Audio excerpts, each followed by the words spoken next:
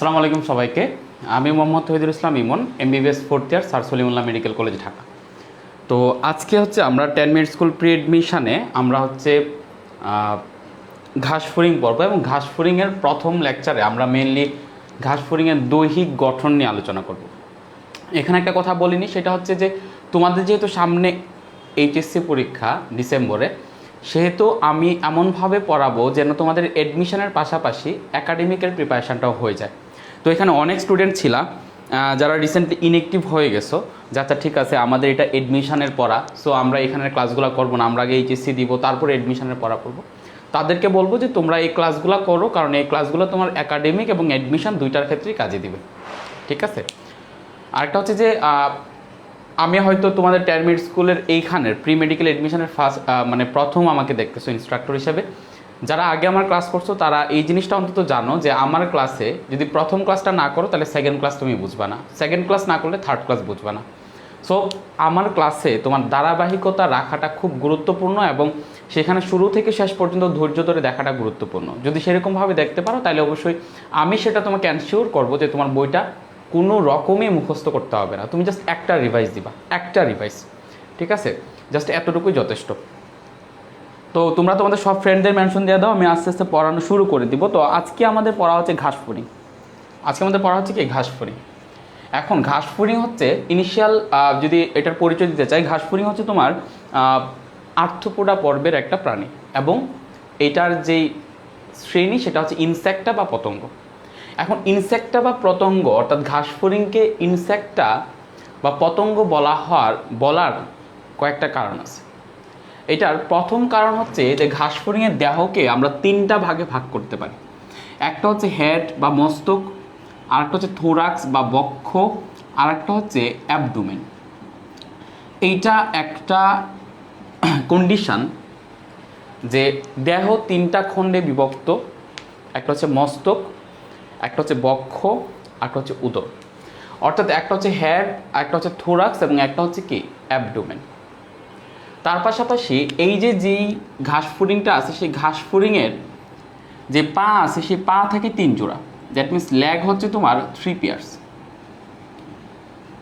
So এই যে এইরকম কিছু কন্ডিশান যদি থাকে, আমরা সামনে আরও সেগুলো ডিটেলস পড়ব, তখন সেটাকে পতঙ্গ বা ইনসেক্টার বলা হয়। পতঙ্গ বা কী বলা হয়? ইনসেক্টা বলা হয়। তো আমরা রিয়েলি ঘাসফড়িংয়ের স্ট্রাকচারটা দেখবো এবং 3 ডাইমেনশনাল স্ট্রাকচারের মাধ্যমে আমরা ঘাসফড়িং যেটা আছে সেটা হচ্ছে সম্পূর্ণভাবে ডিটেলসে পড়ার ট্রাই করব। ধরো তাহলে দ্যাট মিনস ইনিশিয়ালে আমরা জানলাম যে ঘাসফড়িং হচ্ছে তিনটা খণ্ডে বিভক্ত, একটা হচ্ছে হেড বা মস্তক, একটা হচ্ছে থোরাক্স বা বক্ষ, একটা হচ্ছে অ্যাবডোমেন বা উদর। ঠিক আছে, ওকে। ধরো এটা হচ্ছে একটা ঘাসফড়িং। আমি ঘাসফড়িংটাকে একটু টেকনিক্যাল ভিউতে দেখাবো যেন তোমরা জিনিসগুলো খুব ইজিলি ক্যাপচার করতে পারো। এবং এই যে ঘাসফড়িং, এই ঘাসফড়িংয়ের যে দেহ, সেই ঘাসফড়িংয়ের দেহটা হচ্ছে তোমার সামনের দিকে কিছুটা চৌড়া এবং তুমি যখন পেছন দিকে যাবা, পিছন দিকে সেটা হচ্ছে সরু হইতে থাকবে।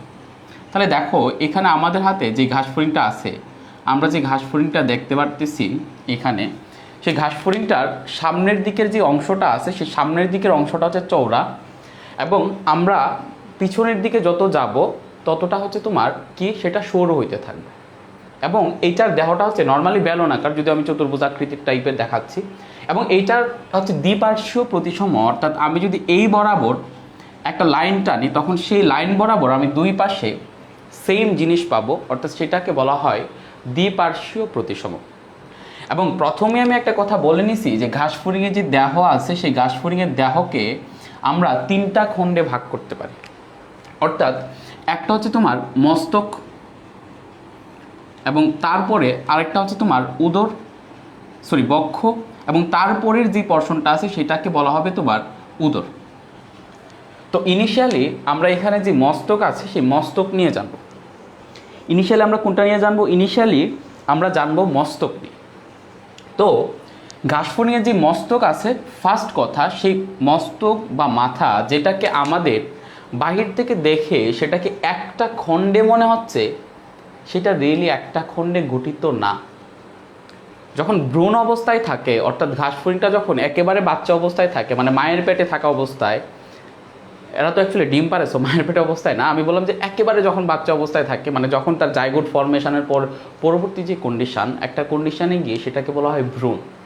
এবং তখন এই যে ঘাসফড়িংয়ের যে হেড আছে বা ঘাসফড়িংয়ের যে মাথা আছে, সেই ঘাসফড়িংয়ের হেড বা মাথা এক্স্যাক্টলি তোমার এরকম 6টা খণ্ডে বিভক্ত থাকে, এরকম 6টা খণ্ডে বিভক্ত থাকে, এরকম 1 দেন 2 দেন 3 দেন 4 দেন 5 দেন 6, 1 2 3 4 5 6, এরকম 6টা খণ্ডে বিভক্ত থাকে।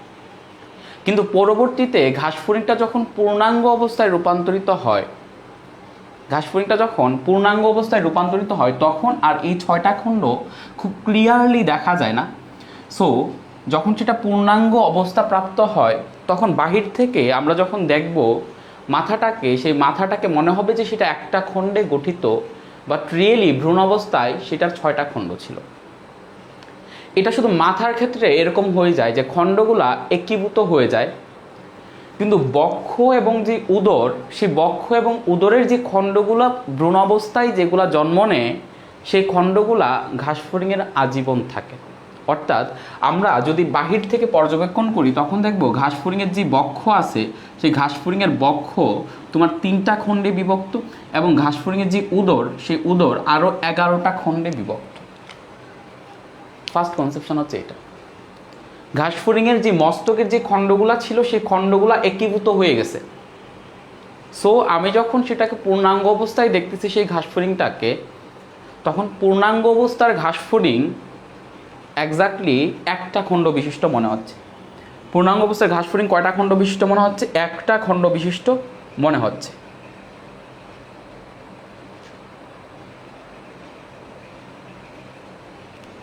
ঠিক আছে, ওকে।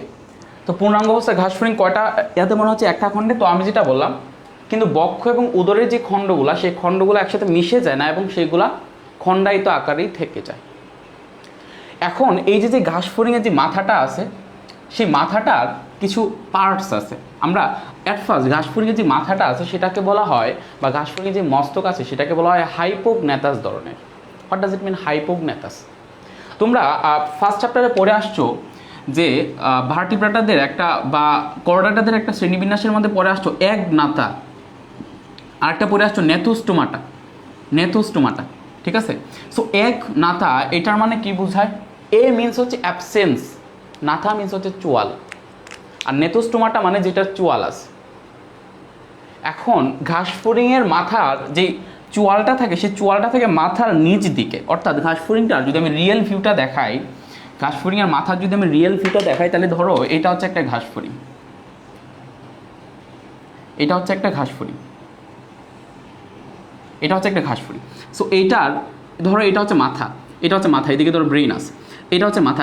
এইখানে এটার যে মস্তক আছে, সেই এটা যে চোয়াল আছে, সেই চোয়াল তোমার এই যে মাথা থেকে তোমার নিচ দিকে আছে।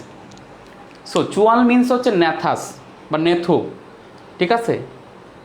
আর নিচে মানে হচ্ছে হাইপো। বায়োলজিতে যখন কোনো কিছু একটা নিচে দেখবা, নিচে মানে হচ্ছে হাইপো, উপরে মানে হচ্ছে হাইপার, যেমন উচ্চ রক্তচাপ, হাইপার টেনশন। তো এইখানে ঘাসফড়িংয়ের যে মস্তকটা আছে সেটা হচ্ছে নাশপাতি আকৃতির, এবং সেটার যে চোয়ালটা আছে সেই চোয়ালটা হচ্ছে নিম্নমুখী হয়ে অবস্থান করতেছে। সো সেটা যেহেতু নিম্নমুখী হয়ে অবস্থান করতেছে, চোয়াল মানে হচ্ছে নেথুস, বা আর এই নিম্নমুখী মানে হচ্ছে হাইপো। সো ঘাসফড়িংয়ের যেই মস্তক আছে সেটাকে বলা হয় হাইপোগন্যাথাস ধরনের। ঘাসফড়িংয়ের মস্তকটাকে বলা হয় হাইপোগন্যাথাস ধরনের। অ্যান্ড এখানে আমরা যদি দেখি যে ঘাসফড়িংয়ের যে মাথা আছে, সেই ঘাসফড়িংয়ের মাথার এক্স্যাক্টলি এখানে তোমার পিছন দিকে একটা ত্রিকোণাকৃতির অঞ্চল আছে, পিছন দিকে একটা ত্রিকোণাকৃতির অঞ্চল আছে, পিছন দিকে এরকম একটা ত্রিকোণাকৃতির অঞ্চল আছে। এই ত্রিকোণাকৃতির অঞ্চলটা ধরো এই ঘাসফড়িংটাকে এখনকার ট্রেনের মতো মনে হচ্ছে, তাই না? একটা ট্রেনের মতো মনে হচ্ছে। তো এই যে একটা জিনিস খেয়াল করো, এই যে ঘাসফড়িংয়ের এই যে পিছনের এই জায়গাটাতে দেখো ট্রায়াঙ্গুলার শেপটা একটা পোরশন গড়ে উঠছে। সো এই যে ত্রিকোণাকৃতির যে অঞ্চলটা আছে, ধরো এটা হচ্ছে একটা ট্রেন, এবং একটা মানুষ যে মাল নিয়ে যাচ্ছে, সে হচ্ছে এই জায়গায় দাঁড়ায় আছে, যে সে ভিতরে সিট পায় নাই এবং সে তার মাথার মধ্যে কিছু ভার বহন করে আসে। ট্রেনের মধ্যে কিছু ফেরিওয়ালা থাকে না, অ্যান্ড সেই ফেরিওয়ালাটা ট্রেনের ভিতরে সিট পায় নাই, সেই জন্য সে ট্রেনের যে ইঞ্জিন আছে সামনে, সেই ইঞ্জিনের উপরে সে পিছনের দিকে এখানে ত্রিকোণাকৃতির একটা অঞ্চল আছে যেটার মধ্যে সে ভার বহন করে আনতেছে। তো সেই জন্য ঘাসফড়িংয়ের যে পিছনের যেই ত্রিকোণাকৃতির মস্তকের পিছনে যে ত্রিকোণাকৃতির এই যে ট্রায়াঙ্গুলার শেপ যে অঞ্চলটা আছে সেই ট্রায়াঙ্গুলার শেপড অঞ্চলটাকে বলা হয় ভার্টেক্স। ট্রায়াঙ্গুলার শেপড অঞ্চলটাকে বলা হয় ভার্টেক্স। এবং এটা যেহেতু একটা ট্রেন, এই ট্রেনটার গন্তব্য হচ্ছে ফ্রান্সের দিকে। সো তুমি যখন ভার্টেক্স থেকে যখন এই দিকে কপালের দিকে চৌড়া অংশে আসবা, কপালের দিকের চৌড়া অংশে যখন তুমি আসবা, কপালের দিকে যখন চৌড়া অংশে আসবা, কপালের দিকে যখন চৌড়া অংশে আসবা তখন এইদিকে লেখা আছে যে এই যে ঘাসফড়িং আছে সেই ঘাসফড়িংটা ফ্রান্সে যাচ্ছে। ঘাসফড়িংটা কোথায় যাচ্ছে? ফ্রান্সে যাচ্ছে। সো এখানে যেহেতু লেখা আছে ঘাসফড়িংটা ফ্রান্সে যাচ্ছে, সো এটাকে বলা হবে ফ্রন্সিয়াম। এটা কি বলা হবে? ফ্রন্সিয়াম। দ্যাট মিনস খেয়াল করো, ঘাসফড়িংয়ের মস্তকের পিছনের দিকে যে ত্রিকোণাকৃতির অঞ্চল সেটাকে বলা হয় ভার্টেক্স। সেটার সামনে যেটা আসছে কপালের দিকের চৌড়া অংশ সেটাকে বলা হচ্ছে ফ্রন্সিয়াম। এবং ফ্রন্সিয়ামের নিচে তুমি একটা দেখো, এই জায়গায় আয়তকার একটা প্লেট দেখা যাচ্ছে। আয়তকার, খেয়াল করো শিব, খুব ভালোভাবে খেয়াল করো, আয়তকার একটা প্লেট দেখা যাচ্ছে। সো এই যে আয়তকার যে প্লেটটা, সেই প্লেটটার মধ্যে ধরো এই যে মানুষটা আছে সেই মানুষটা ভিতরে সিট পায় নাই এবং সে বাহিরে রৌদ্রের মধ্যে সে মাথায় তোমার ভার বহন করে আনতেছে। তার মানে সেই মানুষটা খুব বেশি ক্লান্ত এবং তার খুব বেশি পিপাসা লাগছে। সো এই জিনিসটাই লেখা আছে এখানে যে ক্লান্ত পিপাসা। তার মানে এইখানে যে আয়তকার যে প্লেটটা আছে সেটাকে বলা হবে ক্লাইপিয়াস। সেটা কি বলা হবে? ক্লাইপিয়াস। এবং ট্রেনের ইঞ্জিনের দুই পাশে দুইটা কি থাকে? জানালা থাকে। দ্যাট মিনস এই যে দুই পাশে যে দুইটা জানালা আছে, ওই পাশে একটা জানালা আছে, সেই জানালাগুলোকে বলা হয় জেনা। দ্যাট মিনস ঘাসফড়িংয়ের মস্তকের পার্টসগুলোর নাম কি? একটা হচ্ছে পিছনের দিকে ত্রিকোণাকৃতির যে অঞ্চল সেটাকে বলা হচ্ছে ভার্টেক্স, সামনের দিকে চৌড়া, কপালের দিকে চৌড়া অংশ ফ্রন্সিয়াম, তার নিচে আয়তকার যে প্লেট সেই প্লেটটার নাম হচ্ছে তোমার ক্লাইপিয়াস, আর দুই পাশে অবস্থিত জেনা। সবাই বুঝছো কিনা কমেন্ট করে জানো।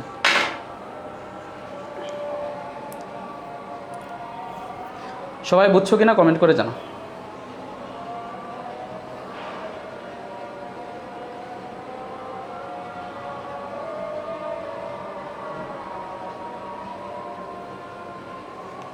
আচ্ছা, ভার্টেক্স কেন বুঝো না? এই যে পিছন দিকে ত্রিকোণাকৃতির অঞ্চলটা দেখা যাচ্ছে না তোমাদের?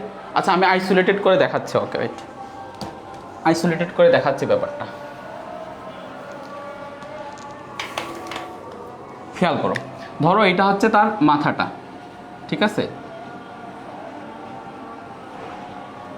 মাথাটা এখন এখানে তার এরকমভাবে একটা দাও আর এখানে এরকমভাবে একটা দাও, এবং এই যে এরকমভাবে যেটা আসছে, খেয়াল করো, আমি বলি এরকমভাবে একটা দাও, পিছন দিকের এই দুইটা একে কানেক্ট করে দাও অ্যান্ড এখান দিয়ে একটা টান দাও। দেখো এই যে এখানে যে এই যে ত্রিকোণাকৃতির অঞ্চলটা, এই যে এখানে একটা আমরা ট্রায়াঙ্গেল পাইছি, ত্রিকোণাকৃতির একটা অঞ্চল। দেখো এটা ট্রায়াঙ্গেল, এই অঞ্চলটা হচ্ছে ট্রায়াঙ্গেল। ট্রায়াঙ্গেল তো এই ত্রিকোণাকৃতির অঞ্চলটা হচ্ছে ভার্টেক্স।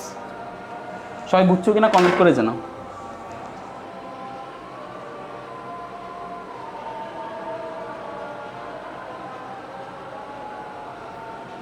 আচ্ছা, ঠিক আছে, সবার ক্লিয়ার হচ্ছে তাহলে। ওকে, তো এখন আমরা যেটা করব সেটা হচ্ছে ঘাসফড়িংয়ের মুখোপাঙ্গর দিকে আসবো। এবং যখনই আমি ঘাসফড়িংয়ের মুখোপাঙ্গর দিকে আসি, স্টুডেন্টরা খুব বেশি হয়ে যে ভাইয়া এইগুলো কীভাবে মনে রাখা, এগুলোর ফাংশন কীভাবে মনে রাখা। দেখো ভাইয়া, স্রষ্টা যে তোমাকে সৃষ্টি করছেন উনি খুব চিন্তা ভাবনা করেই সৃষ্টি করছেন, ঠিক আছে? আমরা ঘাসফড়িংয়ের মুখের মধ্যে কি উপাঙ্গ আছে সেটা দেখার আগে আমরা দেখবো যে হিউম্যান বডির মুখের মধ্যে কি উপাঙ্গ আছে। তো ধরো এটা হচ্ছে একজন মানুষ, এটা হচ্ছে একজন মানুষ, এবং এই যে মানুষটা আছে সেই মানুষটার আমরা কিছু উপাঙ্গ দেখব, মুখের কিছু উপাঙ্গ দেখব। ফার্স্ট, মানুষের যদি মুখ গঠিত হইতে হয় প্রথমে হচ্ছে দুইটা ঠোঁট লাগবে, সামনে দুইটা কি লাগবে? অস্ট লাগবে, বা সামনে দুইটা লিপস লাগবে। এটা হচ্ছে আপার লিপস বা উপরের অস্ট, খেয়াল করো, আপার লিপস বা উপরের অস্ট বা উপরের ঠোঁট। আরেকটা হচ্ছে লোয়ার লিপস বা নিচের ঠোঁট বা নিম্ন অষ্ট বা অধো অষ্ট। এছাড়া এখানে উপরের দিকের মানুষের উপরের দিকের এই জায়গায় একটা চোয়াল আছে, এই জায়গায় চোয়াল আছে, এই জায়গায় যে উপরের দিকে যে চোয়াল আছে সেটাকে বলা হয় মেন্ডিবল। মেন্ডিবলের নিচে এরকমভাবে দাঁত আছে, ঠিক আছে, মেন্ডিবলের নিচে এরকমভাবে দাঁত আছে, সেটাকে বলা হয় মেন্ডিবল। এবং নিচের দিকে মানুষের আরেকটা চোয়াল আছে, নিচের দিকে মানুষের আরেকটা চোয়াল আছে যেটাকে বলা হয় মেক্সিলা। এবং সেই মেন্ডিবল এবং মেক্সিলার মাঝখানে, সরি উপরেরটা হচ্ছে এখানে মেক্সিলা, নিচেরটা হচ্ছে মেন্ডিবল। সেই মেক্সিলা এবং মেন্ডিবলের মাঝখানে মানুষের এই জায়গায় কি আছে, টাং বা জিহবা এক্সিস্ট করতেছে। দ্যাট মিনস আমরা যদি মানুষের মুখোপাঙ্গের দিকে যদি তাকাই, তখন মানুষের যে মুখোপাঙ্গ বা মানুষের যেই মুখের যে পার্টস, সেই পার্টসের মধ্যে আমরা 5টা পোর্শন পাব। ফার্স্ট পোর্শন হচ্ছে উপরের ঠোঁট বা ঊর্ধ্ব অষ্ট, সেকেন্ড পোর্শন হচ্ছে নিচের ঠোঁট বা নিম্ন অষ্ট, তারপরে 2টা চোয়াল পাবো, একটার নাম হচ্ছে মেক্সিলা, আরেকটা চোয়ালের নাম হচ্ছে মেন্ডিবল, আর একটা হচ্ছে জিহবা বা টাং। তো ঘাস ফড়িংয়ে এই পাঁচটা পোর্শনই আছে ভাই। ঘাস ফড়িংয়ে উপরে অষ্ট আছে, নিম্ন অষ্ট আছে, মেক্সিলা আছে, মেন্ডিবল আছে, ওইখানে জিহবার পরিবর্তে উপজিহবা আছে। জিনিসগুলো খুব ডিটেলসে বোঝাচ্ছে, খেয়াল করো। এই যে ঘাস ফড়িংয়ে ধরো এটা হচ্ছে মুখ, এই মুখের যে এই উপরের যে সাইড, এই উপরের যে সাইড, এই ঘাস ফড়িংয়ের যে মুখের যে উপরের যে সাইড, উপরের সাইডে এরকম উপরের ঠোঁট আছে। এবং এই যে উপরের ঠোঁট, খেয়াল করো, লিপস, এই লিপ অর্থ হচ্ছে ঠোঁট। এইটার যদি ল্যাটিন অ্যাডজেক্টিভের দিকে যায়, তোমরা মেডিকেল এডমিশনের অ্যাডজেক্টিভে কিছু ল্যাটিন অ্যাডজেক্টিভ পাবা, অ্যাপেক্স বইয়ের অ্যাডজেক্টিভের শেষ দিকে কিছু ল্যাটিন অ্যাডজেক্টিভ পাবা। এটার মধ্যে দেখবা যে লিপের অ্যাডজেক্টিভ হচ্ছে লেবিয়াল, লিপের অ্যাডজেক্টিভ হচ্ছে লেবিয়াল, অর্থাৎ এখানে লেব কথাটা আছে। তো এখানে ঘাস ফড়িংয়ের যে উপরের যে ঠোঁট আসছে, উপরের যে অষ্ট আসছে, ঊর্ধ্ব যে অষ্ট আসছে, সেটাকে বলা হয় ল্যাব্রাম। খেয়াল করো, সেটাকে কি বলা হয়, ল্যাব্রাম, সেটাকে বলা হয় ল্যাব্রাম। এবং দেখো এখানে ল্যাব কথাটা আছে, তার মানে এটা লিপসের সাথে রিলেটেড, কারণ ল্যাটিন অ্যাডজেক্টিভ, লিপের ল্যাটিন অ্যাডজেক্টিভ হচ্ছে লেভিয়াল, সেখানে ল্যাব কথাটা আসছে, সেইখান থেকে আসছে হচ্ছে ল্যাব্রাম। এবং তুমি যদি মানুষের উপরের ঠোঁট বা নিচের ঠোঁটের দিকে চিন্তা করো, তখন তুমি খুব ভালোভাবে দেখতে পারবা যে মানুষের যে উপরের ঠোঁট আছে বা নিচের যে ঠোঁট আছে, সেই ঠোঁটে মাঝখানে এই জায়গায় এরকম খাজ আছে, তাই না? মানুষের এটা হচ্ছে ঠোঁট, ওর এখান থেকে উঠে গেছে, এটা হচ্ছে ঠোঁট, ঠোঁটের এই মাঝখানের জায়গাটাতে কি আছে, খাজ আছে। সো হোয়াই নট, ঘাস ফড়িংয়ের যে উপরে যে ঠোঁট আছে সেই ঠোঁটে খাজ থাকবে, নিচে যে ঠোঁট আছে সেই ঠোঁটে খাজ থাকবে। সো এই যে ল্যাব্রাম আছে সেটা হচ্ছে ঊর্ধ্ব অষ্ট বা উপরের অষ্ট, এবং এইটার তোমার এখানে কি থাকে, এইটার মাঝখানে একটা খাজ থাকে, এটার মাঝখানে কি থাকে, খাজ থাকে। ফাংশন কি সেটার পরে যাচ্ছে, ওকে। তাহলে আমরা একটা ঠোঁট পরে ফেললাম বা ঊর্ধ্ব অষ্ট পরে ফেললাম, যেটা হচ্ছে ল্যাব্রাম। তারপরে ঘাস ফড়িংয়ের এই সাইডটাতে, ল্যাব্রামের নিচে এই সাইডটাতে, ল্যাব্রামের নিচের এই সাইডটাতে এরকমভাবে চলে আসছে হচ্ছে তোমার, এরকমভাবে চলে আসছে হচ্ছে তোমার মেন্ডিবল, এরকমভাবে চলে আসছে মেন্ডিবল, এরকমভাবে চলে আসছে হচ্ছে তোমার মেন্ডিবল।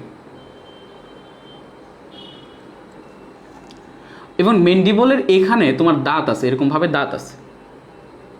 জিনিসটা আমি একটু ভালোভাবে দেখাই, আইসোলেটেড করে দেখাবো জিনিসটা, এইদিকে খুব ক্লিয়ার একটা সেন্সেশন তোমাদেরকে দিবে না, সো আমি প্রিফার করবো সেটাকে আইসোলেটেড করে দেখাইতে। মেন্ডিবলগুলো এক্স্যাক্টলি কীভাবে কাজ করে, মেন্ডিবলগুলোর যদি আমরা পজিশন দেখি, মেন্ডিবলগুলোর যদি এক্স্যাক্ট পজিশনটা দেখি, যে এক্স্যাক্টলি, এটা মুছে ফেললাম কেন, ওকে, এক্স্যাক্টলি তারা কোন অবস্থায় আছে, তখন আমরা দেখব যে এই যে মেন্ডিবল দুইটা আছে, সেই মেন্ডিবল দুইটা আছে ঠিক এরকম ম্যানারে, ওকে, এটা কালো কালি দিয়ে দেওয়া উচিত, এরকম ম্যানারে। এই দুটো হচ্ছে মেন্ডিবল, এদিকে দাঁত আছে। সো এক্স্যাক্টলি এদের কাজটা কি ভাইয়া? এদের কাজ হচ্ছে, দেখো ঘাস ফড়িং হচ্ছে তোমার তৃণভোজী প্রাণী, তৃণভোজী পতঙ্গ, অর্থাৎ সেটা সবসময় ঘাস খায় বা তৃণ খেয়ে বা পাতা খেয়ে বেঁচে থাকে। তো এই যে পাতাটাকে খাবে, সে পাতাটাকে কি কাটতে হবে না? সেই পাতাটাকে কাটার জন্য এই যে মেন্ডিবল আছে, সেই মেন্ডিবল দুইটা থাকে। ইভেন এইখান দিয়ে যখন একটা পাতা প্রবেশ করে, ধরো এটা হচ্ছে একটা পাতা, এটা হচ্ছে একটা পাতা, এটা হচ্ছে একটা পাতা, এখান দিয়ে যখন সেই পাতাটা যখন প্রবেশ করলো, তখন কি হবে, তখন এখানে যে তোমার যেই মেন্ডিবল আছে, সেই মেন্ডিবল কি করবে, এটাকে এরকমভাবে কাট করবে, এরকমভাবে কাট করবে। দ্যাট মিনস মেন্ডিবলের কাজটা হচ্ছে খাবার চূর্ণ বিচূর্ণ করতে বা খাবার কাটতে সহায়তা করা। তাহলে ভাই উপরে ল্যাব্রামটা কেন আছে? উপরে ল্যাব্রামটা আছে এই কারণে যে আমি যখন নিচ দিক দিয়ে মেন্ডিবল দিয়ে যখন আমি কাটতেছি, দেখো এটা হচ্ছে উপরের ল্যাব্রাম, উপরের ল্যাব্রাম, নিচে হচ্ছে মেন্ডিবল। তো মেন্ডিবল দিয়ে যখন আমি ঘাস কাটতেছি তখন ঘাসটা অনেক সময় উপরের দিকে উঠে যায়, উপরের দিকে উঠে যায়, তাই না? মানে উপরের দিকে উঠে গিয়ে সেটা বের হয়ে পড়ে যাওয়ার একটা টেন্ডেন্সি থাকে। সো আমার যখন আমি ঘাসটা কাটতেছি তখন এই যে উপরে যে ল্যাব্রাম আছে সেই ল্যাব্রাম কী করতেছে, ঘাসটাকে প্রপার পজিশনে আনতেছে, প্রপার পজিশনে। আমি ঘাসটাকে কাটতেছি আর এইখানে ল্যাব্রামটা সেটাকে প্রপার পজিশনে আনতেছে যেন সে পজিশনে ঘাসটা থাকে এবং এক্স্যাক্টলি সেই ঘাসটাকে আমি কাট করতে পারি। বাট এটা এনাফ না, এই ল্যাব্রাম এবং মেন্ডিবল এনাফ না। তুমি একটা ঘাসকে কাটছো, ওকে, রিয়েলি তুমি একটা ঘাসকে কাটছো, আমি এই ঘাসটাকে ধরো যে এই কলমটাকে 2 টুকরা করলাম। এখন 2 টুকরা করার পরে এই মেন্ডিবল দিয়ে আমি 2 টুকরা করার পরে নিচে যেই টুকরাটা আছে সেই টুকরাটাকে ধরে রাখার মতো ধরো যে কেউ নাই, তাহলে কী হবে ভাই? তাহলে আমি এই যে 2টা টুকরা করলাম, একটা টুকরাকে আমি ধরে রাখলাম আর নিচের যে টুকরাটা সেটা গ্রেভিটির কারণে নিচে পড়ে গেল, এটা তো হইতে দেওয়া যাবে না।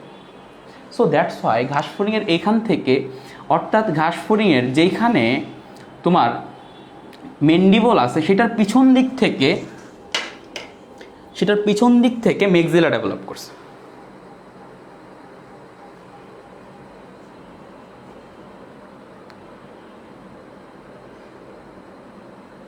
সেটার পিছন দিক থেকে এরকমভাবে মেক্সিলা ডেভেলপ করছে, খেয়াল করো, মেক্সিলা ডেভেলপ করছে। এবং এই যে মেক্সিলার ডেভেলপমেন্টটা হচ্ছে এইখানে যেই তোমার মেন্ডিবল আছে সেই মেন্ডিবলের পিছন দিক থেকে, এবং মেন্ডিবলের এই যে পিছন দিক থেকে যেটা ডেভেলপ করছে যেই মেন্ডিবল, সেই মেন্ডিবলের আবার তোমার এরকম কয়েকটা খণ্ড আছে, সেই মেন্ডিবলের আবার কি এরকম কয়েকটা খণ্ড আছে, মেন্ডিবলের কয়েকটা খণ্ড আছে। ইভেন মেন্ডিবলের এই যে কয়েকটা খণ্ড, সেই খণ্ডগুলোর নাম আছে, নামগুলো হচ্ছে ফার্স্টের যে খণ্ডটা সেটার নাম হচ্ছে কোরডু, সেকেন্ডের খণ্ডটার নাম হচ্ছে স্টাইপস, এই যে দেখো কোরডু, স্টাইপস, দেন হচ্ছে তোমার লেসিনিয়া, গেলিয়া। সো এগুলা কীভাবে মনে রাখবা? ধরো তুমি কার্ড খেলতা, তো তুমি যখন কার্ড খেলো তখন তোমার বাবা তোমাকে বকা দেবে, তাই না? একটা টাইম হলো যে তুমি খুব বেশি কার্ড খেলো, তোমার বাবা অনেক বেশি তোমাকে গালি দিচ্ছে, বকা দিচ্ছে। একটা টাইমে হঠাৎ করে দেখলো পরীক্ষার আগে তুমি কার্ড খেলা বন্ধ করে দিস, তাহলে তুমি যখন কার্ড খেলা বন্ধ করে দিবা তখন তোমার বাবা তোমাকে কম গালি দিবে, সেটাই স্বাভাবিক, তাই তো? সো দ্যাট মিনস তুমি কার্ড খেলতা, যেটা তুমি এখন স্টপ করে দিস, স্টপ করে দেওয়ার কারণে তুমি লেস মানে কম গালি খাচ্ছ। কার্ড মানে হচ্ছে কোরডু, স্টপ মানে হচ্ছে স্টাইপিস, লেস মানে হচ্ছে লেসিনিয়া, গালি মানে হচ্ছে গেলিয়া। কার্ড মানে হচ্ছে কোরডু, স্টপ মানে হচ্ছে স্টাইপিস, লেস মানে হচ্ছে লেসিনিয়া, গালি মানে হচ্ছে গেলিয়া। সবাই বুঝছো কিনা কমেন্ট করে জানো।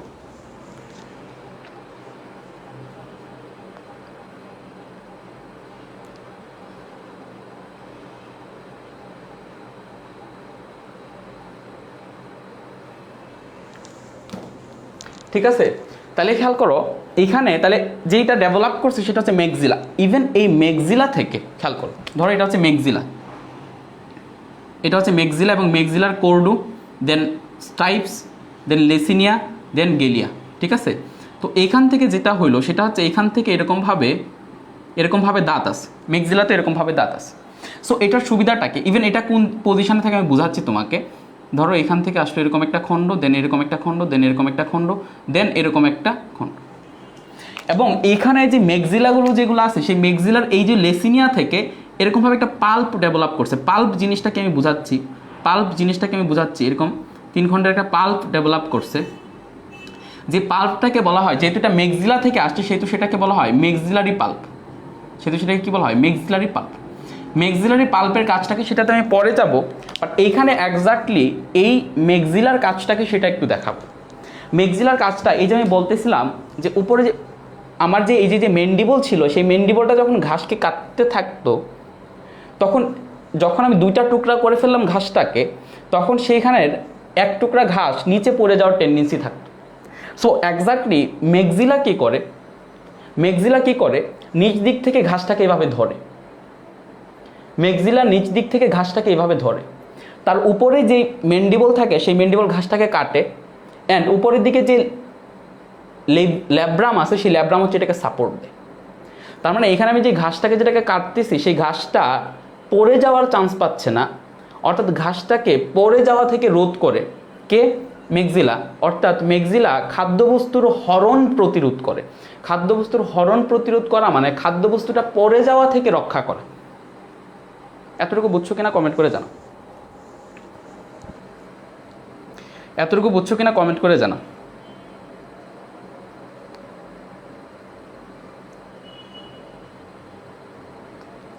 ভাই দেখো, নোট নিয়ে চিন্তা করো না, তোমাদের নোট পারলে আমি দিব, ঠিক আছে? আমার কথা হচ্ছে তোমাদের ভিজুয়ালাইজেশনটা পারফেক্টলি আসতেছে কিনা। তোমাদের নোট লাগবে না ভাই, তোমরা পরে বইটা একবার রিভিশন দিবা, একবার সব মাথায় চলে আসবে, সব দেখবো যে চোখের সামনে ভাসতেছে। But you have to concentrate in this lecture. আমি নর্মাল স্টাইলে বায়োলজি পড়াইতে পারি না, পড়াইও না। ইভেন শুরুর দিকে তোমার কাছে মনে হবে ভাই কি পড়াচ্ছে কি না পড়াচ্ছে, শেষ ক্লাসটা শেষ হোক তারপরে বুঝবা যে কি পড়ায় গেছে কি না পড়ায় গেছে। তো আমার কথা হচ্ছে নোট নিয়ে তোমরা না চিন্তা করে তোমরা চিন্তা করো যে বুঝতেছো কিনা। ওকে, তাহলে তোমরা সবাই বুঝলা। দেখো এখন কিন্তু জীবনেও ভুলবা না যে এই যে মেক্সিলা বা কোনটা খাদ্যবস্তু হরণ প্রতিরোধ করে। মেডিকেল এডমিশনে আসলো যে খাদ্যবস্তুর হরণ প্রতিরোধ করে কোনটি? মেক্সিলা, ঠিক আছে? ওকে, তো এখন আমরা যেটা দেখবো সেটা হচ্ছে তাহলে আমরা কি দেখলাম? আমরা মানুষের যে মুখের যে অঙ্গ সেটা দেখার জন্য আমরা দেখছিলাম উপরের ঠোঁট আছে, নিচের ঠোঁট আছে, মেক্সিলা আছে, মেন্ডিবল আছে, জিহ্বা আছে। তাহলে ভাই এটা তো উপরের ঠোঁট দিলাম, তাহলে ভাই আপনি নিচের ঠোঁট দেন না কেন? ওকে, আমি নিচের ঠোঁট দিতেছি। নিচের ঠোঁট খেয়াল করো, এখান দিয়ে অবশ্য মেক্সিলারি পাল্প আছে, মেক্সিলারি পাল্প আছে। ওকে, সো এইদিকে ঘাসফড়িংয়ের এই জায়গাটাতে এরকমভাবে তোমার নিচের ঠোঁট আছে।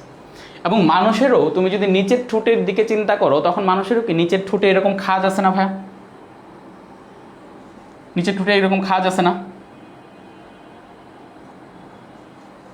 সো এই দ্যাটস ওয়াই ঘাসফড়িংয়ের যে নিচের ঠোঁট আছে, নিচের যে লিপস আছে, অধ যে অষ্ট আছে বা নিম্ন যে অষ্ট আছে সেটারও খাজ আছে, সেটারও কি আছে? খাজ আছে। এবং সেইটার খাজ আছে এবং এখানে একটা এক্সট্রা জিনিস থাকে, সেটা হচ্ছে এখানে একটা পাল্প আসে। পাল্প জিনিসটাকে আমি বুঝাচ্ছি। এখানে একটা পাল্প আসে যেটাকে বলা হয়, আমাকে আগে বলো নিচের ঠোঁটটার নাম হচ্ছে তোমার লেবিয়াম। খেয়াল করো, আমি আগে বলছিলাম নিচের ঠোঁটের নাম হচ্ছে লেবিয়াম, উপরের ঠোঁটের নাম ছিল ল্যাব্রাম, নিচের ঠোঁটের নাম হচ্ছে লেবিয়াম।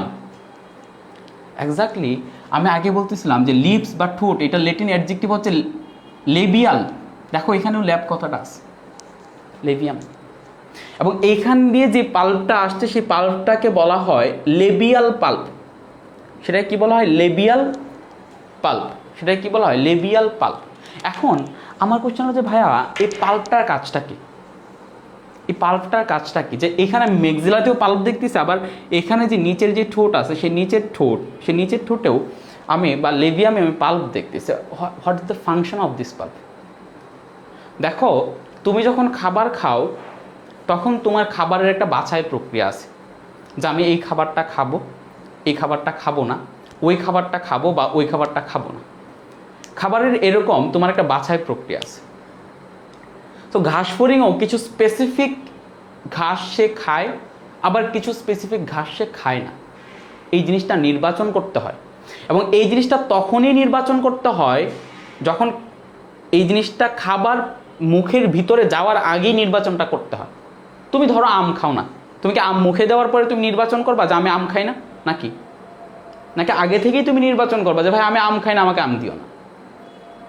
তো ঘাসফড়িংয়ের এই যে পাল্প আছে, এই যে পাল্প আছে, সেই পাল্পগুলো হচ্ছে সেরকম সংবেদী অঙ্গ, যেটা ঘাসফড়িং কোন ধরনের ঘাস খাবে সেটাকে যাচাই করে। ইনিশিয়ালি সেটা এখানে যে মেক্সিলারি পাল্প, এটাও তো বাইরের দিকে থাকে এক্স্যাক্টলি মেক্সিলারি পাল্প, এবং যে লেবিয়াল পাল্প আছে সেই মেক্সিলারি পাল্প এবং লেবিয়াল পাল্প বাহির দিক থেকে ঘাসটাকে ধরে ঘাসটাকে যাচাই করে দেখে যে ঘাসটা আসলেই আমি কি খাবো নাকি খাবো না। সো এইভাবে যাচাই করে দেখার পরে সে মুখে নেয়।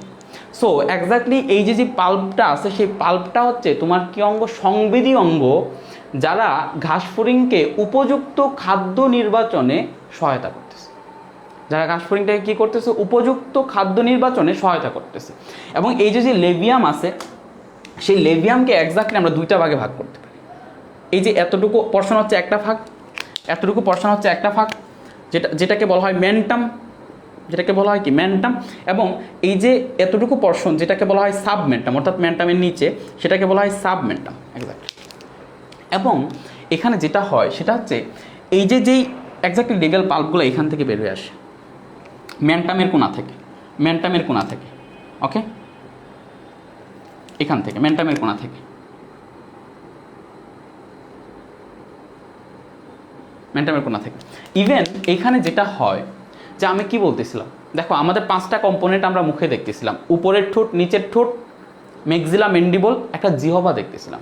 ইভেন ঘাসফড়িংয়ে যেটা হয় সেটা হচ্ছে এই যে মেন্টামের যে গোড়া আছে, সেই মেন্টামের গোড়া থেকে এখানে তোমার 2টা এরকম নরনশীল জিহবার মতো অংশ থাকে, যেগুলোকে বলা হয় লিগুলা, যেগুলোকে বলা হয় লিগুলা। এখন ভাইয়া এটার নামটা কেন লিগুলা হইলো বা কেন লিঙ্গুলা হইলো, লিগুলা বা লিঙ্গুলা? দেখো আমাদের যে টাং আছে বা আমাদের যে জিহবা আছে, জিহবা আছে, সেটা দিয়ে আমরা এক্স্যাক্টলি ল্যাঙ্গুয়েজ বলি বা ভাষা বলি।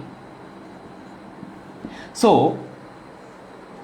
টাঙের বা জিহবার যে গ্রিক টার্ম, সেই গ্রিক টার্ম হচ্ছে লিঙ্গুলা। লিঙ্গুলা শব্দটা আসছে ল্যাঙ্গুয়েজ থেকে, আমরা জিহবাদের ল্যাঙ্গুয়েজ বলি, সেইখান থেকে আসছে লিঙ্গুলা। সো তুমি দেখবা যে জিহবার নিচে, মানুষের জিহবার নিচে একটা তোমার গ্রন্থি আছে যেটাকে বলা হয় sub lingual gland. Sub means নিচে, লিঙ্গুয়াল মিন্স লিঙ্গুলার নিচে, লিঙ্গুলা মিন্স টাং। কেন লিঙ্গুলা? কারণ লিঙ্গুলা থেকে আসছে ল্যাঙ্গুয়েজ, ল্যাঙ্গুয়েজ থেকে টাং। সো এখানে নর্মালি এরকম দুইটা বড়সড় এরকম দুইটা এই যে ম্যান্টাম আছে, সেই ম্যান্টামের এই গোড়া থেকে এরকম দুইটা এরকম তোমার নরনশীল লিগুলা ডেভেলপ করে, নরনশীল লিগুলা ডেভেলপ করে। ক্লিয়ার? এই পর্যন্ত সবাই বুঝছো কিনা কমেন্ট করে জানাও।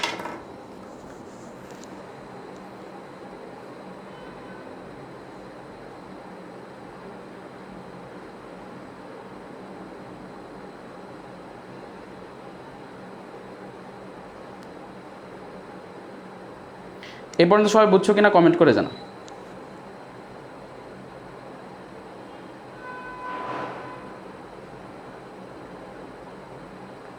ওকে, তাহলে সবাই বুঝতে পারছো। ওকে, তো এখন এখানে যেটা হয় সেটা হচ্ছে আমি মেক্সিলাটাকে একটু মুছে দিই। এখানে আমি আরেকটা জিনিসকে দেখাবো, সেটা হচ্ছে ওকে, নাহলে আমি এই পর্শনটাকে, এই যে মুখোপাঙ্গ, সেটাকে একটু বাইরের দিকে আরেকটু সুন্দর করে দেখাই, বাইরের দিকে আরেকটু সুন্দর করে দেখাই সেই মুখোপাঙ্গগুলোকে।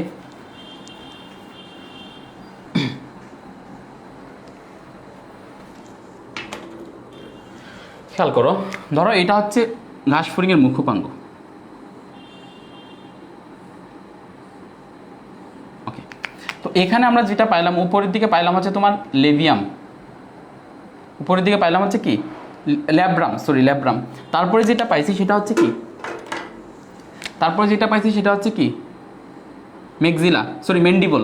তারপরে যেটা পাইছি সেটা কি মেন্ডিবল। মেন্ডিবলের নিচে পাইছি কি মেক্সিলা, তাই না? ধরো এরকম ভাবে দিলাম মেক্সিলা।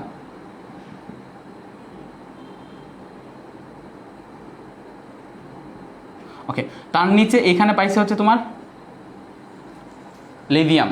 এখন যেটা হয় সেটা হচ্ছে এই যে এইখানে এক্স্যাক্টলি আমি এই মেন্ডিবলগুলোকে মুছে দিই, মেন্ডিবল মেক্সিলাকে মুছে দিই, একটা জিনিসকে দেখবো, সেটা হচ্ছে জিহবার ঘাসফড়িংয়ের অ্যাকচুয়ালি একটা হাইপোফেরিংস থাকে। হাইপোফেরিংস মানে উপজিহবা। এটা এক্স্যাক্টলি ঘাসফড়িংয়ের যে এই যে ল্যাব্রাম আছে, সেই ল্যাব্রামের নিচে ঝুলে থাকে। অর্থাৎ ধরো এটা হচ্ছে ল্যাব্রাম, এই ল্যাব্রামের নিচে এখানে তোমার ল্যাব্রামের নিচে এখানে হচ্ছে তোমার ঝুলে থাকে। যে হাইপোফেরিংসটা আছে, সেই হাইপোফেরিংসটা হচ্ছে তোমার এই ল্যাব্রামের নিচে এরকমভাবে ঝুলে থাকে। ওকে, এরকমভাবে ঝুলে থাকে। এবং এখানে যেটা হয়, দ্যাট মিনস এই যে হাইপোফেরিংস বা উপজিহবাটা আছে, সেই হাইপোফেরিংস বা উপজিহবাটা এই ল্যাব্রাম থেকে ঝুলে থাকে, এবং সেই এই লেভিয়াম থেকে এরকম একটা পর্দা যায়, একটা মেমব্রেন যায়, যে মেমব্রেনটা কি করে, যে মেমব্রেনটা এই যে খেয়াল করো, initially in case of human বিংয়ের ক্ষেত্রে দেখাবো, এই যে জিহবাটা আছে, সেই জিহবাটা উপর দিক থেকে ঝুলে আসে, এবং জিহবাটার নিচে একটা পর্দা আসছে, যেই নরনশীল এই পর্দাটা দ্বারা সে লেবিয়ামের সাথে সংযুক্ত। এই যে দেখো, এই পর্দাটা দ্বারা সে লেবিয়ামের সাথে সংযুক্ত। হিউম্যান বিংয়ের ক্ষেত্রে কিন্তু সেটা ঘটে। মানুষের ক্ষেত্রে যে জিহবাটা থাকে বা টাংটা থাকে, সেই টাংটা তার যে নিচের যে সারফেস আছে, সেই নিচের সারফেসের সাথে সে নিচের সারফেসের সাথে সে সংযুক্ত থাকে, নিচের সারফেসের সাথে সে সংযুক্ত থাকে। এবং এই যে নিচের সারফেসের সাথে যে পর্দাটা দিয়ে সংযুক্ত থাকে মানুষের ক্ষেত্রে সেটাকে বলা হয় ফ্রিনুলাম। নিচের সারফেসের সাথে এটা যে পর্দাটা দিয়ে সংযুক্ত মানুষের ক্ষেত্রে সেটাকে বলা হয় ফ্রিনুলাম। এবং সেই ফ্রিনুলামে কিন্তু পেরোটিড এবং সাবমেন্ডিবুলার গ্ল্যান্ডের যে ইয়াগুলো আছে সেগুলো কিন্তু এখানে ওপেন হয় সেই ফ্রিনুলামে, তোমরা 3rd চ্যাপ্টারে পড়বে। সো ঠিক এরকম ঘাসফড়িংয়ের যে জিহবাটা আসছে বা ঘাসফড়িংয়ের যে টাংটা আসছে, সেই ঘাসফড়িংয়ের যে টাং বা জিহবা বা হাইপোফেরিংস উপজিহবা, সেই উপজিহবাটা এই উপরের যে ঠোঁট আছে সেই উপরের ঠোঁট থেকে অর্থাৎ ল্যাব্রাম থেকে ঝুলে থাকে, কিন্তু সেটা ঝুলে একেবারে এভাবে থাকে না, সেটা নিচের যেই লেভিয়াম আছে সেই লেভিয়ামের সাথে সেটা একটা পর্দা দ্বারা কানেক্টেড। সবাই এতটুকু বুঝছো কিনা কমেন্ট করে জানাও। সবাই এতটুকু বুঝছো কিনা কমেন্ট করে জানাও।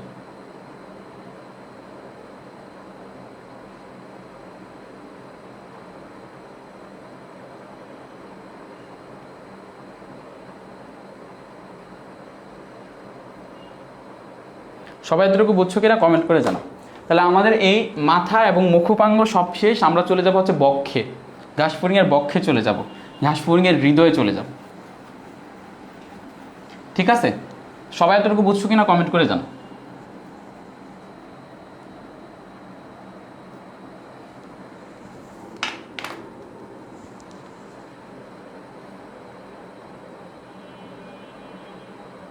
ওকে, তাহলে এখন আমরা যেটাতে চলে যাব সেটা হচ্ছে এই যে ঘাসফড়িং, সেই ঘাসফড়িংয়ের বক্ষে বা ঘাসফড়িংয়ের হৃদয়। এবং এই যে ঘাসফড়িং আছে সেই ঘাসফড়িংয়ের যে বক্ষ বা ঘাসফড়িংয়ের যে হৃদয়, সেই ঘাসফড়িংয়ের হৃদয় হচ্ছে 3 খণ্ডে বিভক্ত। অর্থাৎ এখানে আমি একটা খণ্ড দেখাইলাম, এই পর্যন্ত হচ্ছে মুখোপাঙ্গ শেষ। এইখানে আরেকটা খণ্ড দেখাইলাম, এখানে আরেকটা খণ্ড। তাহলে আমার যে ঘাসফড়িংয়ের যে বক্ষ, সেই ঘাসফড়িংয়ের বক্ষ কয় খণ্ডে বিভক্ত? 3 খণ্ডে বিভক্ত। এবং সেই খণ্ডগুলো পূর্ণাঙ্গ অবস্থাতেও খণ্ডিত অবস্থায় থেকে যায়। মস্তকের যে খণ্ডগুলো একসাথে হয়ে গেছিল সেই কাহিনীটা ঘটে না। এবং এইখানের যে থোরাক্সের যে 3টা খণ্ড বা বক্ষের যে 3টা খণ্ড, সেই খণ্ডগুলোকে নামকরণ করা হয়েছে, ভাই এটা হচ্ছে অগ্রবক্ষ কারণ এটা সামনে, এটা হচ্ছে মধ্যবক্ষ কারণ এটা মাঝখানে, এটা হচ্ছে পশ্চাৎবক্ষ কারণ পেছনে। ইংলিশে যদি বলি তাহলে অগ্রকে বলা হয় প্রোথোরাক্স, প্রো মানে হচ্ছে প্রথম বা আদি, সো প্রোথোরাক্স মিন ফার্স্টে। দেন মধ্যবক্ষ মানে হচ্ছে মেসোথোরাক্স, মেসো মানে মাঝখানে, যেমন ectoderm, mesoderm, endoderm, so mesoderm মানে হচ্ছে মাঝখানে যে ত্বকটা। পশ্চাৎবক্ষ মানে হচ্ছে তোমার মেটাথোরাক্স। তাহলে আমি কি বললাম? ঘাসফড়িংয়ের বক্ষ হচ্ছে 3 খণ্ডে বিভক্ত। প্রথমটাকে বলা হচ্ছে অগ্রবক্ষ, তারপরে মধ্যবক্ষ, তারপরে পশ্চাৎবক্ষ। অর্থাৎ একটা হচ্ছে প্রোথোরাক্স, একটা হচ্ছে মেসোথোরাক্স এবং একটা হচ্ছে মেটাথোরাক্স। তাহলে ঘাসফড়িং বা আর্থ্রোপোডা পর্বের প্রাণীদের ক্ষেত্রে কি হয়? তাদের দেহগুলা খণ্ডায়িত হয় এবং সেগুলোর উপরে একটা কাইটিন নির্মিত আবরণ থাকে। তুমি দেখো আর্থ্রোপোডা পর্বের আরেকটা প্রাণীকে তোমাকে দেখাই, ধরো চিংড়ির উপরে যে খোলসটা আছে সেটা হচ্ছে চিংড়ির বহিকঙ্কাল এবং সেটা কাইটিন নির্মিত। ছত্রাকের কোষপ্রাচীরও কিন্তু কাইটিন নির্মিত। সেরকম কাইটিন নির্মিত দিয়ে তোমার বহিকঙ্কাল দিয়ে, কাইটিন নির্মিত বস্তু দিয়ে ঘাসফড়িংয়ের বা আর্থ্রোপোডা পর্বের প্রাণীদের খোলস বা বহিকঙ্কাল গঠিত।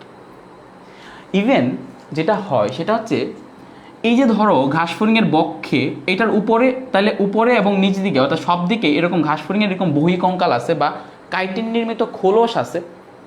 ঘাসফড়িংয়ের এই যে বক্ষের যে খণ্ডগুলা, অর্থাৎ এটা মাংসল দেহটা যেরকম খণ্ডিত, উপরের যে বহিকঙ্কাল আছে সেই বহিকঙ্কালটাও খণ্ডিত। অর্থাৎ জিনিসটা তোমাকে আমি একটু ক্লিয়ার কনসেপশনে দেখাই।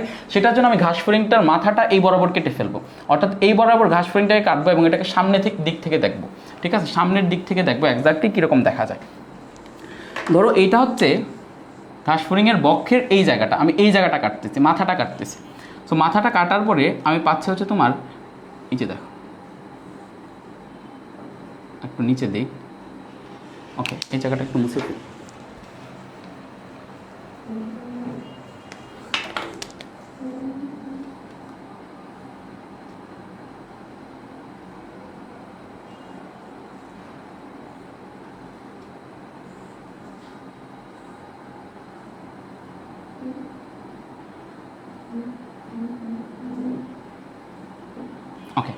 তো এটা হচ্ছে বক্ষ।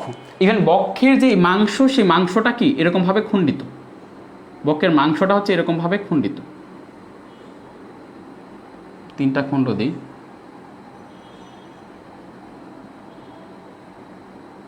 ওকে, তো বক্ষের মাংসটা হচ্ছে এরকমভাবে খণ্ডিত। তো আমি কি বললাম সেটা হচ্ছে এই যে ঘাসফড়িংয়ের এই মাংসল দেহটার উপরে যেই কাইটিন নির্মিত যে খোলসটা আছে, সেই খোলসটাও খণ্ডিত, সেই খোলসটাও এরকম খণ্ড দ্বারা গঠিত। অর্থাৎ তুমি যদি দেখো ঘাসফড়িংয়ের এই যে যেই ইয়া আছে, খোলস আছে, সেই খোলস উপরের দিকে এরকম বহিকঙ্কাল আছে, উপরের দিকে এরকম বহিকঙ্কাল আছে।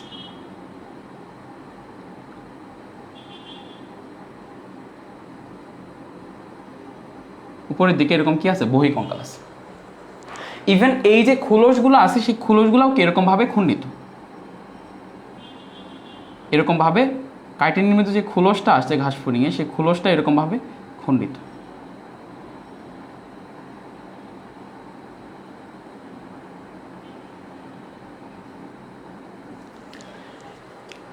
ইভেন ঘাসফড়িংয়ের এটা তো পিঠের দিক, খেয়াল করো, এটা তো পিঠের দিক বা পৃষ্ঠীয় দিক।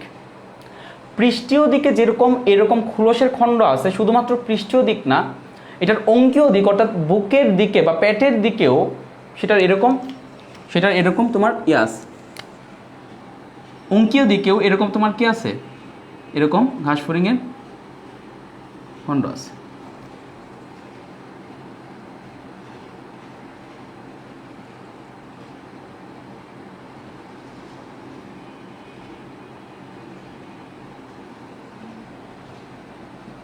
ঠিক এখানেও এরকমভাবে উঠে আসছে, ঠিক এইখানেও এরকমভাবে উঠে আসছে। এবং এই যে তুমি দেখতেছো যেটা, যে ঘাসফড়িংয়ের পৃষ্ঠীয় দিকে বহিকঙ্কালের খণ্ড আছে, ঠিক ঘাসফড়িংয়ের অঙ্কীয় দিকেও বহিকঙ্কালের খণ্ড আছে। এবং এই যে বহিকঙ্কালের যে খণ্ড, সেটা শুধুমাত্র বক্ষের যে তিনটা খণ্ড, সেই 3টা খণ্ডেই সীমাবদ্ধ না, তারা পরবর্তীতে আমরা যে উদরের যে আমরা খণ্ডগুলা পাইছি না, উদরের 11টা যে খণ্ড, সেই উদরের 11টা খণ্ডেও তাদের অস্তিত্ব আছে। অর্থাৎ উদরের 11টা খণ্ডেও তারা আলটিমেটলি এক্সিস্ট করে। 1 2 3 দেন 4 5 6 7 8 9 10 11। সো ঘাসফড়িংয়ের যে উদরের যে খণ্ডগুলো আছে, সেই উদরের খণ্ডগুলোর মধ্যেও ঘাসফড়িংয়ের যে বহিকঙ্কালের যে খোলসটা থাকে কাইটিন নির্মিত, সেটাও এরকমভাবে খণ্ডিত থাকে। ইভেন এই যে ঘাসফড়িংয়ের এই যে বহিকঙ্কালের যে খণ্ড, সেই বহিকঙ্কালের প্রত্যেকটা খণ্ডকে বলা হয় স্ক্লেরাইট। খুব 100% কনসেন্ট্রেশন দিয়ে চিন্তা করবা, খুব পেঁচালোর জিনিস আছে কিছু। আমি কি বললাম, এই যে ঘাসফড়িংয়ের দেহটা তো খণ্ডিত, সেই খণ্ডের উপরে বা নিচে যে কোনো জায়গায় ঘাসফড়িংয়ের বহিকঙ্কালের যে প্রত্যেকটা খণ্ড, সেই বহিকঙ্কালের প্রত্যেকটা খণ্ডকে বলা হয় স্ক্লেরাইট। তাহলে প্রত্যেকটা খণ্ডকে কি বলা হয়, স্ক্লেরাইট। এবং এই প্রত্যেকটা স্ক্লেরাইট একটার সাথে আরেকটা এরকমভাবে সূচার বন্ধনীর মাধ্যমে কানেক্টেড, এরকম সূচার বন্ধনীর মাধ্যমে এরকমভাবে একটা স্ক্লেরাইটের সাথে আরেকটা স্ক্লেরাইট কানেক্টেড। এখন একটু ভালোভাবে চিন্তা করো, ঘাসফড়িংয়ের এই যে স্ক্লেরাইট, সেটা ঘাসফড়িংয়ের পৃষ্ঠীয় দিকে আছে বা ডরসাল সাইডে যেমন আছে, ঠিক তেমন ঘাসফড়িংয়ের যে অঙ্কীয় দিক বা ভেন্ট্রাল সাইড, সেই ভেন্ট্রাল সাইডেও আছে। সো ঘাসফড়িংয়ের যেই পৃষ্ঠীয় দিকের যে স্ক্লেরাইটগুলো আছে, অর্থাৎ পিঠের দিকের যে স্ক্লেরাইটগুলো আছে, সেই পিঠের দিকের স্ক্লেরাইটগুলোকে একটা স্পেশাল নামে ডাকা হয়। সেই স্পেশাল নেমটা হচ্ছে টারগাম বা স্টারগাম। সেই স্পেশাল নেম কি, স্টারগাম বা টারগাম। আর ঘাসফড়িংয়ের অঙ্কীয় দিকের যে স্ক্লেরাইটগুলো আছে নিচের দিকে, অর্থাৎ এই নিচের দিকের এইখান দিকে যে স্ক্লেরাইটগুলো আছে, সেই এইখান দিকের স্ক্লেরাইটগুলোকে বলা হয় হচ্ছে তোমার স্টারনাম। দ্যাট মিনস স্টারনাম, এটাকে কি বলা হয়, স্টারনাম। এখন আমাকে যদি কেউ বলে ভাই স্টারগাম বা টারগাম এবং স্টারনাম কি, আমার কথা হচ্ছে এই যে ঘাসফড়িংয়ের উপরে বা নিচে, বক্ষে বা উদরে, যে কোনো জায়গায় ঘাসফড়িংয়ের বহিকঙ্কালের যে প্রত্যেকটা খণ্ড, সেই প্রত্যেকটা খণ্ডকে বলা হয় স্ক্লেরাইট। এই স্ক্লেরাইটের মধ্যে যেগুলো পৃষ্ঠীয় দিকে আছে বা পিঠের দিকে আছে ঘাসফড়িংয়ের, সেটাকে বলা হয় স্টারগাম বা টারগাম। আর যেটা অঙ্কীয় দিকে আছে বা ভেন্ট্রাল সাইডে আছে সেগুলোকে বলা হয় স্টার্নাম। এখন আসো, এখন তাইলে ভাইয়া এরকম স্টারগাম বা টারগাম বক্ষ অঞ্চলেও যেরকম আছে ঠিক সেরকম উদরের অঞ্চলেও আছে। ইভেন এখানে উদরেরও আমার যে পৃষ্ঠীয় দিকের যে বহিকঙ্কালের যে খণ্ড, প্রত্যেকটা খণ্ডকে আমি কি বলবো? স্টারগাম বা টারগাম, পৃষ্ঠীয় দিকের খণ্ডগুলোকে। কিন্তু বক্ষের যেই টারগাম বা স্টারগাম আছে সেটাকে আবার স্পেশালি নামকরণ করা হয়েছে, আর একটা স্পেশাল নামকরণ করা হয়েছে। সেইগুলোর স্পেশাল নাম হচ্ছে নোটাম, অর্থাৎ প্রোথোরাক্সে যেটা আছে সেটাকে বলা হয় প্রোনোটাম, মেসোথোরাক্সে যেটা বলা আছে সেটাকে বলা হয় মেসোনোটাম, মেটাথোরাক্সে যেটা আছে সেটাকে বলা হয় মেটানোটাম। ওকে, জিনিসটা খুব ভালোভাবে ক্লিয়ার করো, আমি একেবারে ক্লিয়ার করে দিচ্ছি, জিনিসটা খুব ভালোভাবে ক্লিয়ার করে দিচ্ছি।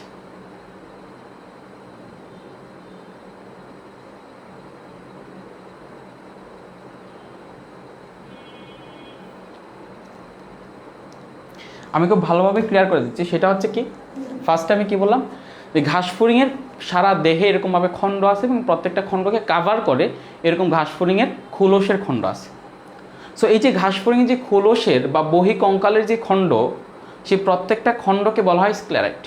সেটা উদরে থাকুক, বক্ষে থাকুক, পৃষ্ঠে থাকুক, অঙ্কীয় দিকে থাকুক, দ্যাট ডাজেন্ট ম্যাটার, যে কোনো জায়গায় থাকুক না কেন, প্রত্যেকটা খণ্ডকে ইন জেনারেল একটা নেম দেওয়া হয়েছে, যে জেনারেল নেমটা হচ্ছে কি তোমার স্ক্লেরাইট। যেরকম ধরো পৃথিবীর সব মানুষকে মানুষ বলা হয়, তারপরে যারা বাংলাদেশে আছে তারা হচ্ছে বাংলাদেশি মানুষ, যারা ইন্ডিয়া আছে তারা হচ্ছে ইন্ডিয়ান মানুষ। ঠিক এরকম যে এই প্রত্যেকটাকে সবগুলোকে বলা হয় স্ক্লেরাইট। তাদের মধ্যে যারা পৃষ্ঠীয় দিকে আছে বা পিঠের দিকে আছে ঘাসফড়িংয়ের, তাদেরকে বলা হয় স্টারগাম বা টারগাম। আর যারা অঙ্কীয় দিকে আছে তাদেরকে বলা হয় স্টার্নাম। এখন তাহলে বক্ষের মধ্যে পৃষ্ঠীয় দিকে যেই বহিকঙ্কাল আছে সেটাকে স্টারগাম বলা হবে বা টারগাম বলা হবে। আবার এখানের উদরের যেই পৃষ্ঠীয় দিকে যে খণ্ডগুলো আছে সেগুলোকেও স্টারগাম বা টারগাম বলা হবে। এখন বক্ষে যে স্টারগাম বা টারগাম আছে সেগুলোকে আবার ডিফারেন্ট নামকরণ করা হয়েছে, সেটা হচ্ছে নোটাম। আমি যখন বলবো নোটাম তখন সেটা বোঝাবে সেটা এমন একটা স্ক্লেরাইট যেটা পৃষ্ঠীয় দিকে আছে এবং বক্ষে এক্সিস্ট করতেছে। তো সেটাই কি বলা হবে? নোটাম। নোটামের মধ্যে যেটা ফার্স্ট অগ্রবক্ষে আছে বা প্রোথোরাক্সে আছে সেটাকে বলা হবে প্রোনোটাম, যেটা মধ্যবক্ষে আছে সেটা মেসোনোটাম, যেটা পশ্চাৎবক্ষে আছে বা মেটাথোরাক্সে আছে সেটা মেটানোটাম। এই পর্যন্ত সবার ক্লিয়ার হচ্ছে কিনা কমেন্ট করে জানাও।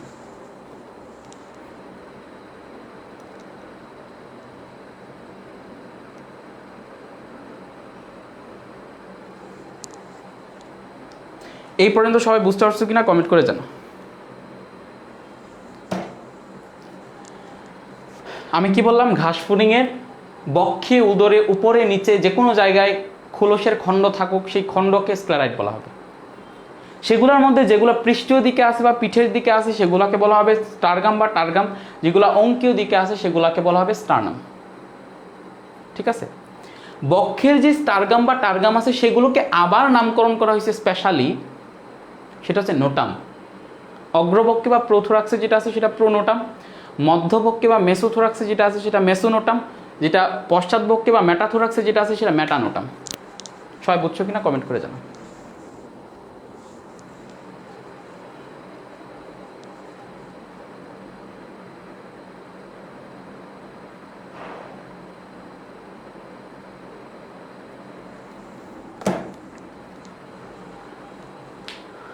ঠিক আছে? ওকে, তাহলে এখন ভাইয়া আমার তাইলে কি দেখলাম? আমি দেখলাম যে এইদিকে উপরের দিকে এদিকে কি আছে, উপরের দিকে এদিকে স্টারগাম বা টারগাম আছে। বক্ষেরগুলোকে স্পেশালি বলা হচ্ছে তোমার নোটাম, স্পেশালি বলা হচ্ছে কি নোটাম। এদিকে আমার স্টারগাম বা টারগাম আছে, বক্ষেরগুলোকে স্পেশালি বলা হচ্ছে কি নোটাম। আচ্ছা, ওকে, এখন খেয়াল করো, উদরেরও এরকম স্টারগাম বা টারগাম আসছে, উদরেরও এরকম স্টারগাম বা টারগাম আসছে। এই যে দেখো, আচ্ছা ওকে, এটা ডিফারেন্ট কালার দিই না, এই কালারটা, এই কালারটা, ঠিক এরকম স্টারগাম বা টারগাম আসছে। এখন একটা খুব ভালো একটা জিনিস চিন্তা করতে হবে এখানে যে এটা হচ্ছে বক্ষের, অর্থাৎ বক্ষের আমি 3টা খণ্ডক দেখাই, 1 2 1 2, হ্যাঁ এখানে হচ্ছে 2, দেন এখানে হচ্ছে তোমার 3। এটা হচ্ছে এই পর্যন্ত হচ্ছে বক্ষের খণ্ডক, তারপরে হচ্ছে উদরের খণ্ডকগুলো। এখন বক্ষে এইদিকে স্টারগাম যেরকম আছে ঠিক সেরকম স্টারনামও আসছে, ইভেন উদরেও স্টারগাম বা টারগাম যেরকম আছে ঠিক এরকম স্টারনামও আসছে। বাট বক্ষের যে স্টারগাম এবং টারগাম বা স্টারনাম এবং উদরের স্টারনামের মধ্যে কিছুটা ডিফারেন্স আছে। ডিফারেন্স হচ্ছে বক্ষের ক্ষেত্রে যে উপর দিক থেকে যে স্টারগাম আসে বা টারগাম আসে এবং নিচ দিক থেকে যে স্টারনাম আসে সেটা এই যে এটা হচ্ছে ল্যাটারালি, দেখো ল্যাটারালি বা সাইড, এটা হচ্ছে সাইড বরাবর, সেই সাইড বরাবর এখানে আরেকটা পর্দা দ্বারা সেই স্টারগাম বা স্টারনাম, আমি টারগাম বলি, টারগাম এবং স্টারনাম যুক্ত থাকে। অর্থাৎ এখানে বক্ষের যে টারগাম এবং স্টারনাম, এটা টারগাম এটা স্টারনাম, তারা এর পার্শ্ব বরাবর প্লিউরন নামক পর্দা দ্বারা এরকমভাবে ঢাকা থাকে বা এরকমভাবে যুক্ত থাকে। অর্থাৎ এটা যদি বক্ষ হয়, থোরাক্স হয়, তাহলে এখানে আমার যে টারগাম আসছে আর এখানে নিচে যে স্টারনাম, তারা এই পাশ বরাবর প্লিউরন নামক পর্দা দ্বারা আবৃত, এরা এই পাশ বরাবর প্লিউরন নামক পর্দা দ্বারা আবৃত, এরা এই পাশ বরাবর প্লিউরন নামক পর্দা দ্বারা আবৃত। সেম কেস এখানেও ঘটছে, এই পাশ দিয়েও তারা প্লিউরন নামক পর্দা দ্বারা আবৃত। দ্য ডিফারেন্স ইজ দ্যাট যে ঘাসফড়িংয়ের উদরের বা অ্যাবডোমেনের যে টারগাম এবং স্টারনাম আছে, সেই টারগাম এবং স্টারনামকে সংযোগকারী কোনো প্লিউরন পর্দা এক্সিস্ট করে না। That is the basic difference. এখানে কি হয়, বক্ষের যে টারগাম এবং স্টারনাম আসে তারা পার্শ্ব বরাবর, পৃষ্ঠীয় দিকে আসে টারগাম, অঙ্কের দিক থেকে আসে স্টারনাম, তারা পার্শ্বীয় দিকে, তারা ল্যাটারালি তারা প্লিউরন নামক পর্দা দ্বারা যুক্ত, এবং উদরের যে টারগাম এবং স্টারনাম আছে তারা ল্যাটারালি কোনো পর্দা দ্বারা যুক্ত থাকে না, ল্যাটারালি সেটা ওপেন থাকে। এবং বক্ষে তারা যে ল্যাটারাল বা পার্শ্বভাবে যে পর্দা দ্বারা যুক্ত থাকে সেটাকে বলা হয় প্লিউরন পর্দা। সেটা কি বলা হয়? প্লিউরন পর্দা। সবাই এতটুকু বুঝছো কিনা কমেন্ট করে জানাও।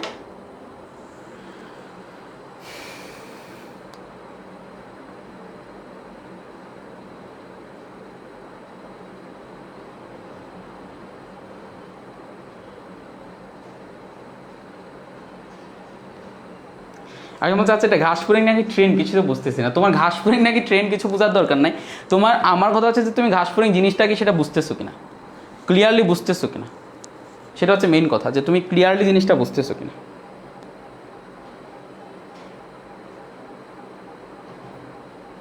ওকে, ইভেন এটার কারণে একটা বেসিক অ্যানাটমিতে একটা বেসিক চেঞ্জ আসছে, অ্যানাটমিতে একটা বেসিক চেঞ্জ আসছে। চেঞ্জটাকে আমি দেখাই তোমাকে। সেটা হচ্ছে ধরো ঘাসফড়িংয়ের আমাদের যেরকম মানুষের যেরকম শ্বাস নেওয়ার জন্য যেরকম সম্মুখ নাসা ছিদ্র আছে, ঠিক সেরকম ঘাসফড়িংয়েরও এরকম ছিদ্র আছে, কিন্তু সেটা তাদের নাসা ছিদ্র নয়, তারা পুরা দেহে তোমার এরকম ছিদ্র থাকে, যেগুলোকে বলা হয় শ্বাসরন্ধ্র, শ্বাস ছিদ্র বা স্পাইরাকল। তো এই স্পাইরাকল থাকে হচ্ছে 10 জোড়া, স্পাইরাকল থাকে হচ্ছে 10 পেয়ার্স, এবং এই স্পাইরাকলগুলো থাকে হচ্ছে ল্যাটারালি, অর্থাৎ এই পাশ দিয়ে 10, ওই পাশ দিয়ে 10, মানে 10 জোড়া। এবং সেটা থাকে হচ্ছে বক্ষের প্রথম 3টা খণ্ডকে এবং উদরের প্রথম 8টা খণ্ডকে। বেসিক অ্যানাটমির চেঞ্জটাকে সেটা দেখায়। আমি এটাকে একটু করি, এটাকে একটু বাড়াই, তাহলে এই 3টা গেল বক্ষ, তারপরে আসছে হচ্ছে উদর, তাই না? উদরের ধরো এখানে একটা খণ্ড, এখানে একটা খণ্ড, আমি জাস্ট 2টা খণ্ড দেখাই।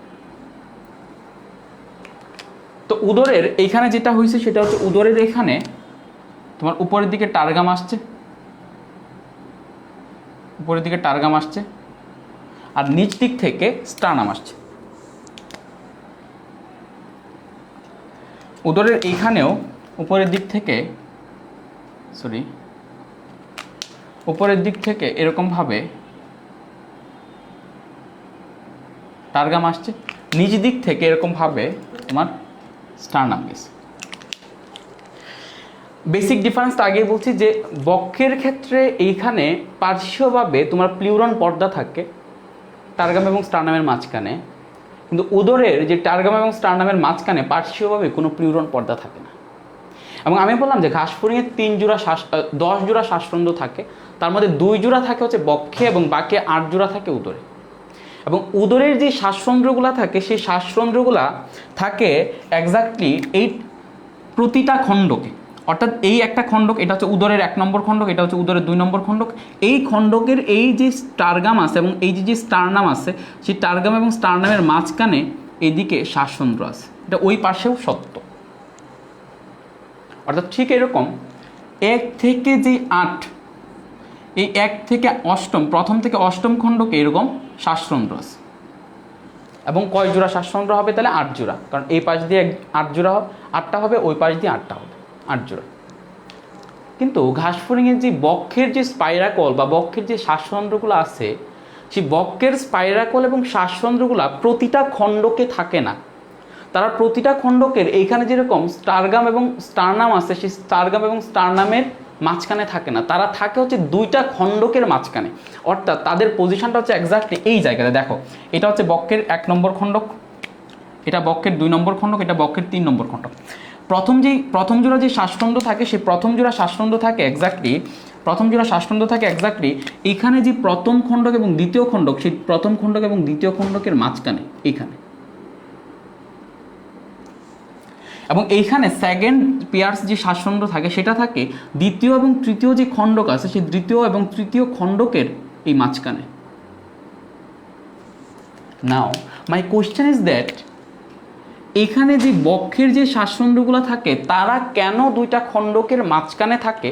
তারা কেন সম্পূর্ণভাবে একটা খণ্ডকের মধ্যে থাকতে পারে না?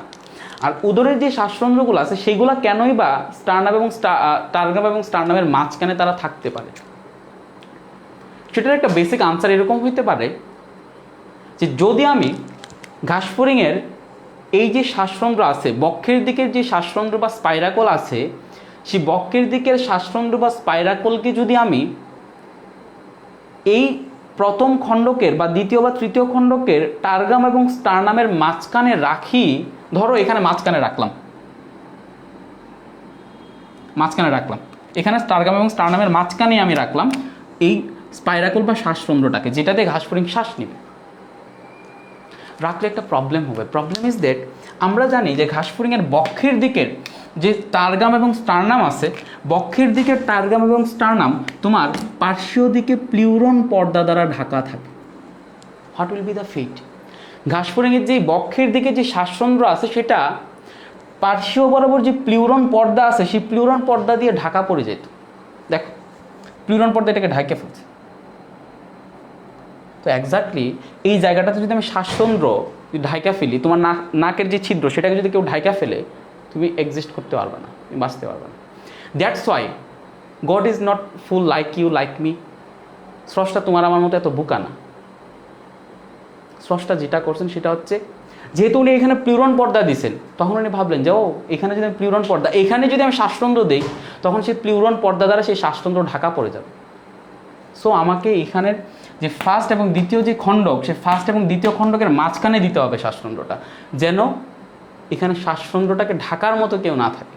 আমার এখানে দ্বিতীয় এবং তৃতীয় খণ্ডকের মাঝখানে শ্বাসরন্ধ্রটা দিতে হবে, যেন সেটা প্লিউরন পর্দা দ্বারা ঢাকা না পড়ে। উদরের ক্ষেত্রে সেটা তুমি প্রতিটা খণ্ডকের টার্গাম এবং স্টার্নামের মাঝখানে দিতে পারো, কজ সেখানে প্লিউরন পর্দা নাই। অ্যান্ড প্লিউরন পর্দা না থাকায় ঢেকে ফেলার জন্য যে বিপদজনক যে পরিস্থিতির অবস্থাটা ক্রিয়েট হইতো, সেই অবস্থাটা তখন আর ক্রিয়েট হবে না। সবাই বুঝছো কিনা কমেন্ট করে জানাও।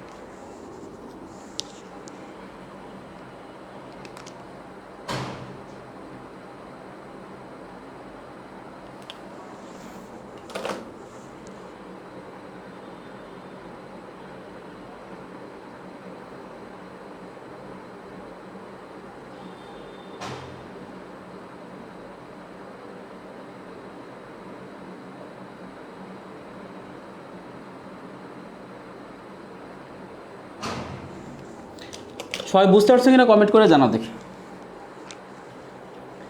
সবাই বুঝতে পারছো এ পর্যন্ত?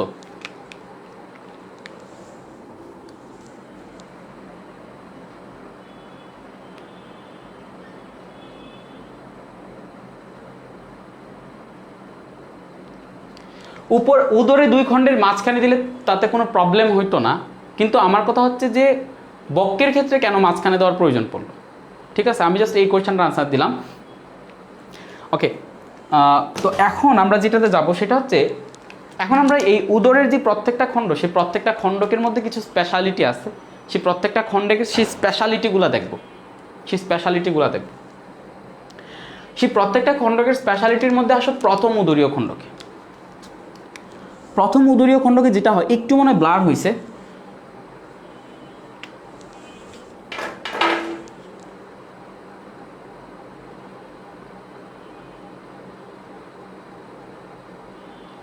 একটু মনে ব্লার হয়েছে, এটা ঠিক হয়ে যাবে, একটু ওয়েট করো।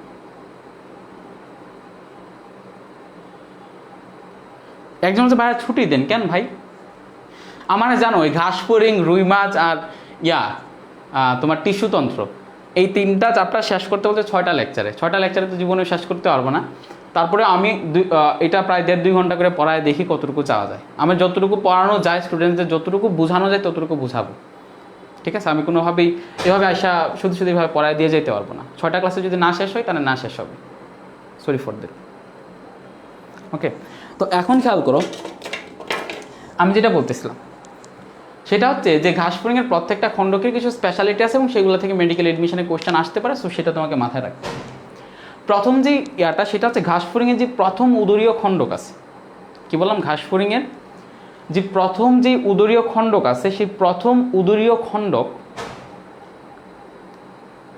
খণ্ডকের এইখানে তোমার ঘাস ফড়িংয়ে শোনার জন্য এরকম আমাদের যেরকম কানের ছিদ্র থাকে না, ঠিক এরকম কানের ছিদ্র থাকে,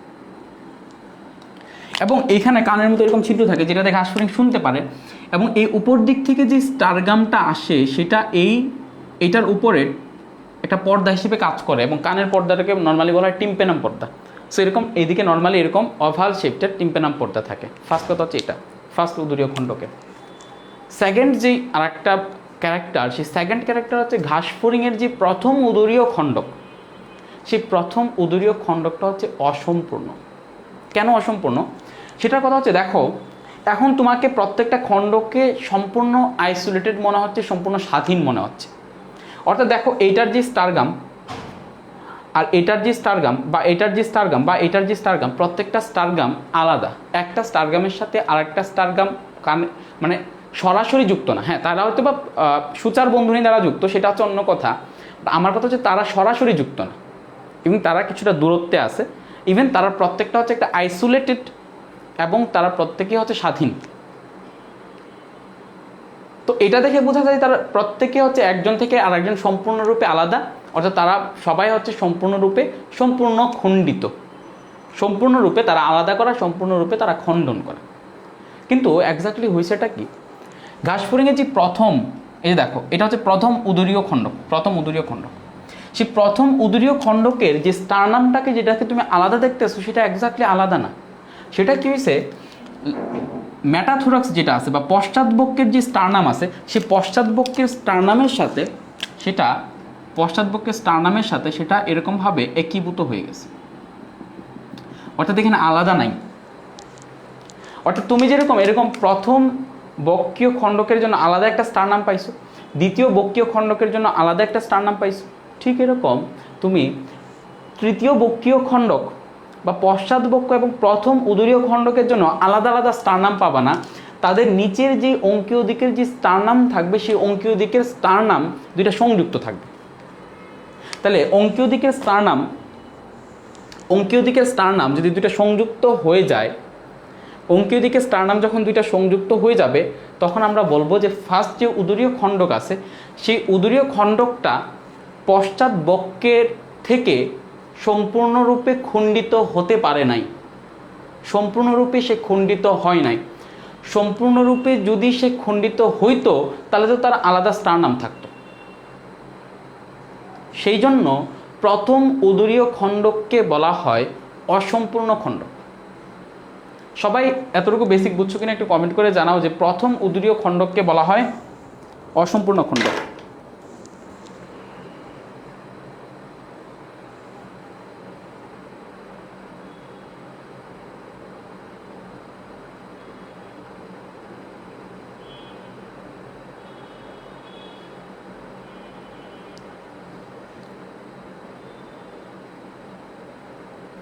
একজন হচ্ছে নাকের ছিদ্র বন্ধ হয়ে গেলে তো মুখের ছিদ্র দিয়ে শ্বাস নেওয়া যাবে। ভাইয়া তোমার আর ঘাসফড়িংয়ের যে শ্বসনতন্ত্র, দুইটা শ্বসনতন্ত্র সেম না, এটা আমি নেক্সট লেকচারে বুঝাবো। ঘাসফড়িংয়ের শ্বসনতন্ত্রের মধ্যে যে স্রষ্টার কতটুকু মানে মাস্টার প্ল্যান একটা ছিল, সেই মাস্টার প্ল্যানটা সামনের লেকচারে বুঝতে পারবো, আজকের লেকচারে কিছুই বুঝবে না। ঘাসফড়িং যদি ইচ্ছা করে যে আমি মুখ দিয়ে শ্বাস নিয়ে বেঁচে থাকবো, পসিবল না। কারণ বেসিক ডিফারেন্স মানুষের আর ঘাসফড়িং একটা বেসিক ডিফারেন্স হচ্ছে যে মানুষের যেই শ্বাস সংযোগ থাকে, হিমোগ্লোবিন থাকে, অক্সিজেন কেরিয়ার থাকে, ঘাসফড়িংয়ে সেই অক্সিজেন কেরিয়ার নাই। Even not only any other carriers in ধরো কর্ডাটা অননন কর্ডাটা, যে হিমোগ্লোবিন, হিমোসায়ানিন, ক্লোরোকুইনিন, এরিথ্রোসায়ানিন, কোনোটাই কোনো ধরনের শ্বাসসংযোগ ঘাসফড়িংয়ের ইয়াতে থাকে না, ঘাসফড়িংয়ের রক্তে থাকে না। সো ঘাসফড়িংয়ের রক্তের, মানুষের রক্তে যেরকম ক্যাপাসিটি আছে যে হিমোগ্লোবিন ফর্ম করে অক্সিজেনটাকে ক্যারি করা, ঘাসফড়িংয়ের রক্তের সেই ক্যাপাসিটি নাই। কারণ ঘাসফড়িংয়ের রক্তে সেই শ্বাসসংযোগ নাই, অর্থাৎ ঘাসফড়িংয়ের রক্তে সেই অক্সিজেনটাকে ক্যারি করার মতো কোনো কেরিয়ার নাই। সো ঘাসফড়িং যদি ইচ্ছা করে যে আমি মুখ দিয়ে শ্বাস নিয়ে বেঁচে থাকবো, এটা পসিবল না। তোমার ক্ষেত্রে সেটা পসিবল, কারণ তোমার কেরিয়ার আছে। এটা সামনের লেকচারে বুঝতে পারবা।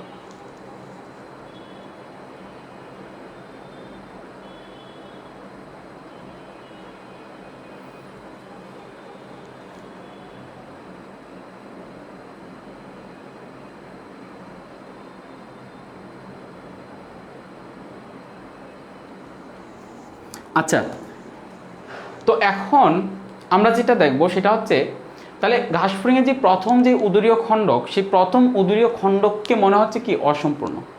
প্রথম উদরীয় খণ্ডককে কি মনে হচ্ছে অসম্পূর্ণ। তাইলে প্রথম উদরীয় খণ্ডক সম্পর্কে এরকম স্পেশাল একটা ক্যারেক্টার মাথায় নিয়ে নাও।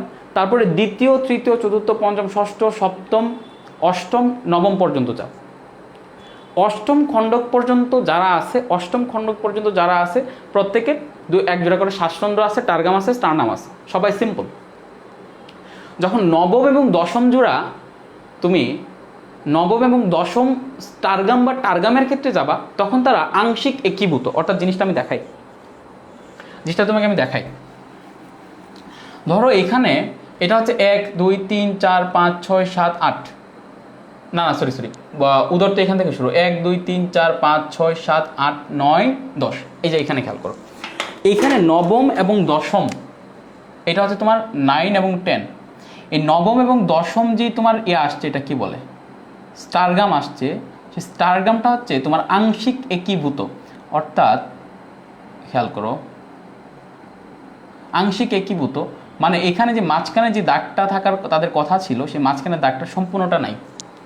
অর্থাৎ এইখানে যেটা হইলো সেটা হচ্ছে ঘাসফড়িংয়ের যে নবম এবং দশম, সবাই মাথায় রেখো, এখান থেকে কিন্তু খুব বেশি পাজলড হবা। ইভেন এভাবে যদি না পড়ো মুখস্থ রাখতে পারবা না, মুখস্থ করে বেশি দিন রাখা যায় না।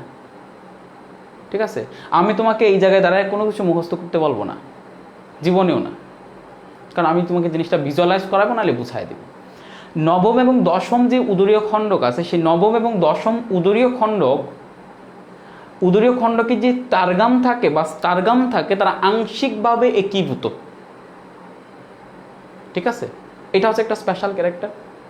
সেকেন্ড স্পেশাল ক্যারেক্টার হচ্ছে যে ঘাসফড়িংয়ের, এটা হচ্ছে ইন কেস অফ মেইলের ক্ষেত্রে, নট মেল অ্যান্ড ফিমেল। দেখো নবম এবং দশম উদরীয় খণ্ডকের যে টার্গামটা একীভূত, সেটা মেল ফিমেল দুইটার ক্ষেত্রেই, পুরুষ ঘাসফড়িং, স্ত্রী ঘাসফড়িং দুইটার ক্ষেত্রেই নবম এবং দশম উদরীয় খণ্ডক একীভূত। এখন আমরা আসি ঘাসফড়িংয়ের, আচ্ছা আমি আগে মেল ফিমেল দুইটার মধ্যে কমন ক্যারেক্টার যেগুলো আছে সেগুলো শেষ করে ফেলি। ইভেন ঘাসফড়িংয়ের যে 11তম উদরীয় খণ্ডক, সেই 11তম উদরীয় খণ্ডক সুপ্রা অ্যানাল প্লেট গঠন করে। এখন ভাইয়া সুপ্রা অ্যানাল প্লেটটা কি? ওকে, জিনিসটা আমি বুঝাই। সুপ্রা অ্যানাল প্লেটটা কি জিনিসটা আমি বুঝাই। সেটা হচ্ছে, ধরো এটা হচ্ছে ঘাসফড়িং, এটা হচ্ছে ঘাসফড়িং। ইভেন এই যে ঘাসফড়িংটা যে খাইলো, খাওয়ার পরে সে যে খাদ্যটা যে সে নিল, খাবার পরে এই খাদ্যটা পৌষ্টিক নালীর এই মুখছিদ্রতে ঢুকলো, তারপরে এটা আলটিমেটলি পায়ুছিদ্রতে বেরিয়ে পড়লো। এবং ঘাসফড়িংয়ের যে পায়ুছিদ্রটা, সেই পায়ুছিদ্রটা হচ্ছে এই জায়গায়। অর্থাৎ ঘাসফড়িং এইখান দিয়ে যা খায়, তা এখান দিয়ে পিছন দিয়ে যেই পায়ুছিদ্র আছে, সেই পায়ুছিদ্রতে বের হয়ে যায়। এবং এই পায়ুছিদ্রটা পড়ছে হচ্ছে 11তম উদরীয় খণ্ডকে। কততম উদরীয় খণ্ডকে পড়ছে? 11তম উদরীয় খণ্ডকে। সো খেয়াল করো, আমি এখানে এমন একটা খণ্ড দেখাই তোমাকে, আমি এখানে একটা খণ্ড দেখাই। ধরো এটা হচ্ছে একটা খণ্ড, যে খণ্ডকটার মধ্যে তোমার কি পড়ছে এখানে, এখান দিয়ে গিয়ে এখানে কি হচ্ছে তোমার একটা এরকম পায়ুছিদ্র ফর্ম করছে। তো এইটার উপরে যদি তুমি এরকমভাবে একটা প্লেট দাও, অর্থাৎ এটার উপরে যদি এরকমভাবে আমাদের টারগামটা আসে, তার মানে কি হবে? এইখানে টারগামটা যখন আসবে তার মানে কি? তার মানে এই যে প্লেটটা, খেয়াল করো, উপরে যে টারগামটা, সেই টারগামটা পায়ুছিদ্র মানে হচ্ছে অ্যানাস। তো সেই অ্যানালের উপরে খেয়াল করো, অ্যানালটার উপরে সে এরকম একটা প্লেট গঠন করছে, এবং উপরে মানে হচ্ছে বায়োলজিতে সুপিরিয়র থেকে আসছে সুপ্রা। সো এই টারগামটা এমন একটা প্লেটের মতো কাজ করতেছে যেটা সেই পায়ুছিদ্রের উপরে আছে। হোয়াট ডাজ ইট মিন? এটা এমন একটা plate which is superior to the Anas, অর্থাৎ সেটাকে বলা হয় সুপ্রা অ্যানাল প্লেট। সুপ্রা কেন? কারণ সেটা উপরে। অ্যানাল কেন? কারণ অ্যানালের উপরে। সো সেই জন্য সেটাকে বলা হয় সুপ্রা অ্যানাল প্লেট। অর্থাৎ 11তম উদরীয় খণ্ডকের যেই তোমার আছে, পায়ুছিদ্র আছে, 11তম উদরীয় খণ্ডকের যে টারগাম আছে বা স্টারগাম আছে, সেই টারগাম বা স্টারগামকে তোমার বলা হয় কি প্লেট? Supra anal plate. আর একটা প্লেট আছে যেটাকে বলা হয় সাবজেনিটাল প্লেট, সেটাকে আমি বুঝাবো।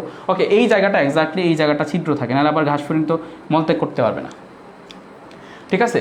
সো সেটাকে বলা হয় সুপ্রা অ্যানাল প্লেট। তোমরা সবাই আমাকে একটু কমেন্ট করে জানাও যে সুপ্রা অ্যানাল প্লেট জিনিসটা কি সবাই বুঝছো কিনা, কমেন্ট করে জানাও।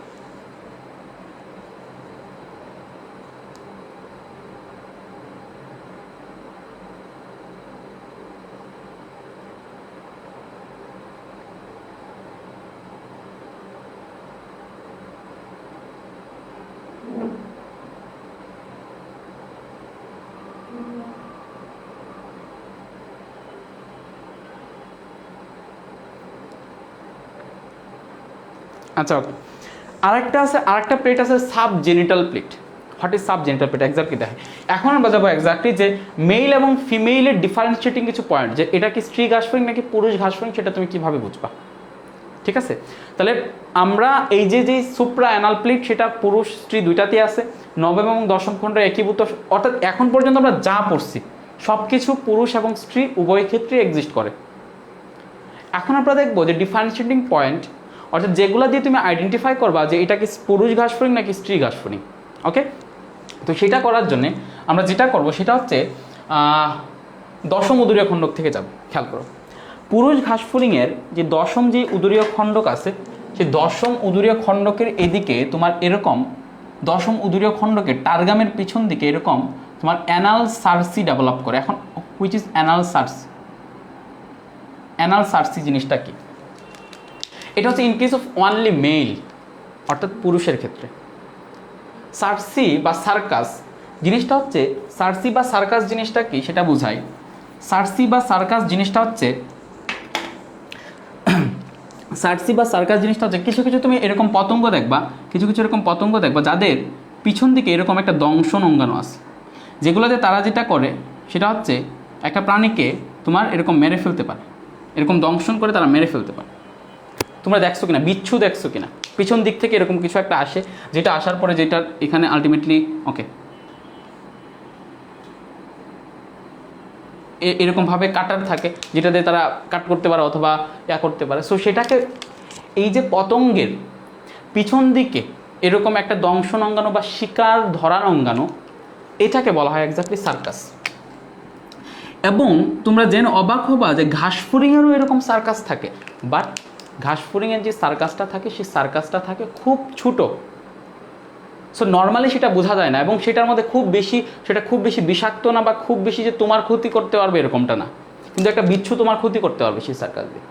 ইভেন সেই ঘাসফড়িংয়ের যে সার্কাসটা থাকে, সেই সার্কাসটা থাকে দশম উদরীয় খণ্ডকের এরকম তোমার পিছন দিক থেকে আসে। অর্থাৎ আলটিমেটলি মনে হয় তুমি যখন বাইরের দিক থেকে দেখবা, তখন তো দশম 11 সেটা তো এত বেশি ডিফারেন্সিয়েট করা যাবে না, তখন তোমার কাছে মনে হবে ওকে এটা মনে হয় পিছন দিক থেকে আসছে, অর্থাৎ পায়ু ছিদ্র থেকে আসছে। দেখো এর পিছনে কিন্তু 11তম উদরীয় খণ্ডকে পায়ু ছিদ্র আছে। সো সেই জন্য এইখানে যে সার্সি বা সার্কাসগুলো যেগুলো চলে আসে, সেই সার্কাস বা সার্সিগুলো চলে আসে সেই অ্যানাসের কাছ থেকে, অ্যানাসের দিক থেকে। তো সেই জন্য সেটাকে বলা হয় অ্যানাল সার্সি বা অ্যানাল সার্কাস। এবং এটা ওয়ানলি প্রেজেন্ট থাকে পুরুষ ঘাসফড়িংয়ে। এখন কেন ভাই পুরুষ ঘাসফড়িংয়ে থাকে? দেখো পুরুষদের একটু আত্মরক্ষা বেশি করতে হয় স্ত্রীদের থেকে, ঠিক আছে? পুরুষেরা বাইরে শিকারে যায়, শিকার টিকার ব্যাপারটা পুরুষের সাথে জড়িত। তো দ্যাটস ওয়াই ঘাসফড়িংয়ে, পুরুষ ঘাসফড়িংয়ের 10ম উদরীয় খণ্ডকের পিছন দিক থেকে অ্যানাল সার্সি বা অ্যানাল সার্কাস, অ্যানাল সার্সি বের হয়ে আসে বা অ্যানাল সার্কাস বের হয়ে আসে। আর স্ত্রী ঘাসফড়িংয়ের ক্ষেত্রে সেই অ্যানাল সার্সিটা এক্সিস্ট করে না। বুঝছো কিনা সবাই কমেন্ট করে জানাও।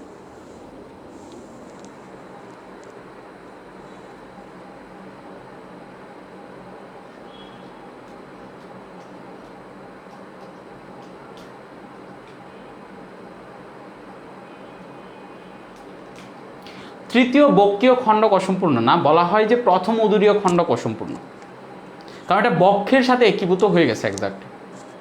বুঝতে পারছো ব্যাপারটা? তোমরা সবাই বলো অ্যানাল সার্সি জিনিসটা কি, সেটা বুঝছো কিনা?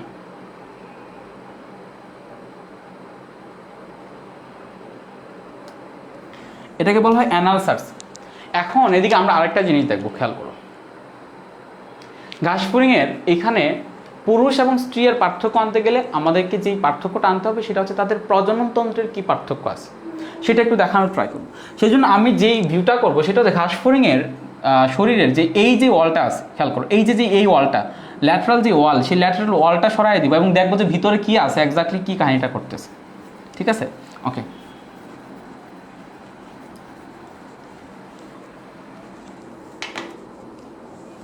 ওকে, তো আমি যেটা করবো সেটা হচ্ছে এইখানে যে ওয়ালটা আছে সেই ওয়ালটা হচ্ছে সরাই দিব এবং এক্স্যাক্টলি দেখবো যে এখানে কি কাহিনীটা করতেছে।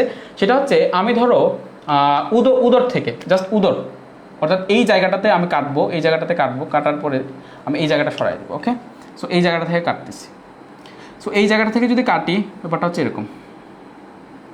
ওকে, আরেকটা আমি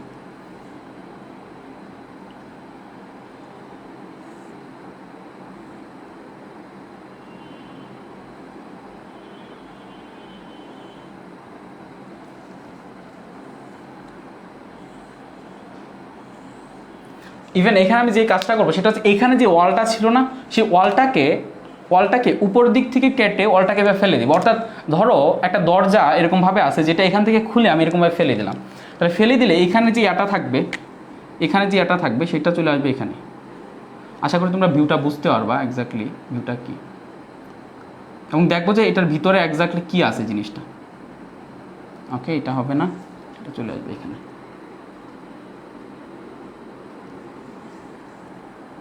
ওকে, সো আমি যেটা করলাম সেটা হচ্ছে ঘাসফড়িংয়ের উদরের, ওকে এই সাইডটা তো থাকবে না এক্স্যাক্টলি, উদরের যে এই সাইডটা আছে, উদরের এইখানে দেয়ালটাকে আমি সরাই দিলাম। আর ঘাসফড়িংয়ের এই উদরের যে এখানে যে দেয়ালটা ছিল সেই দেয়ালটাকে সরাই দিলাম। দেয়ালটাকে সরাই দেওয়ার একটা পারপাস আছে। দেয়ালটাকে কেন সরাই দিলাম, কিছু স্পেসিফিক জিনিস আমার খেয়াল করতে হবে। স্পেসিফিক জিনিসের মধ্যে এখানে তোমার তৃতীয় উদরীয় খণ্ডক আছে, চতুর্থ উদরীয় খণ্ডক আছে এবং পঞ্চম উদরীয় খণ্ডক আছে। এই তৃতীয়, খেয়াল করো, এই যে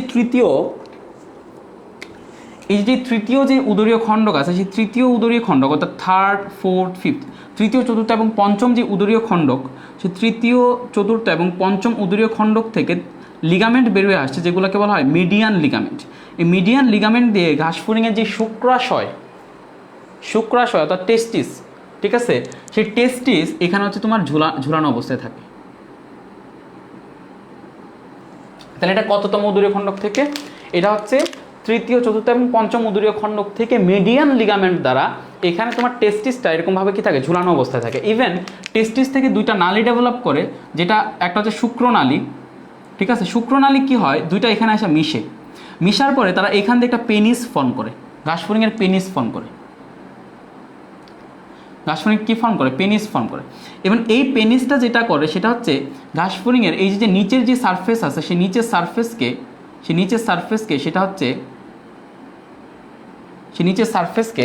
সেটা হচ্ছে এরকমভাবে এটা গর্ত দিয়ে সে হচ্ছে এরকমভাবে বের হয়ে আসতে পারে।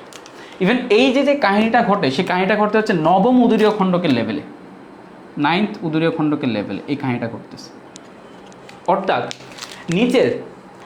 নিচের যে সারফেস আছে, অর্থাৎ এই যে এটার যে নিচের যে সারফেস আছে সেই নিচের সারফেসে কি করে, এখানে নিচের সারফেসে নবম উদরীয় খণ্ডকের লেভেলে এরকম একটা ছিদ্র আছে, যে ছিদ্রটা দিয়ে তৃতীয়, চতুর্থ এবং পঞ্চম উদরীয় খণ্ডক থেকে যে শুক্রাশয়টা আসছে, সেখান দিয়ে যে শুক্রনালীটা আসছে, শুক্রনালী দুই পাশ দিয়ে মিলিত যে পেনিসটা ফর্ম করছে, সেই পেনিসটা নবম উদরীয় খণ্ডকের সেই নিচের ছিদ্রটা দিয়ে বের হয়ে আসতে পারে। ওকে, জিনিসটার আরেকটু ভিজুয়ালাইজেশন দিই, ভিজুয়ালাইজেশনটা কীভাবে দেওয়া যায়। ওকে, তো ধরো এটা হচ্ছে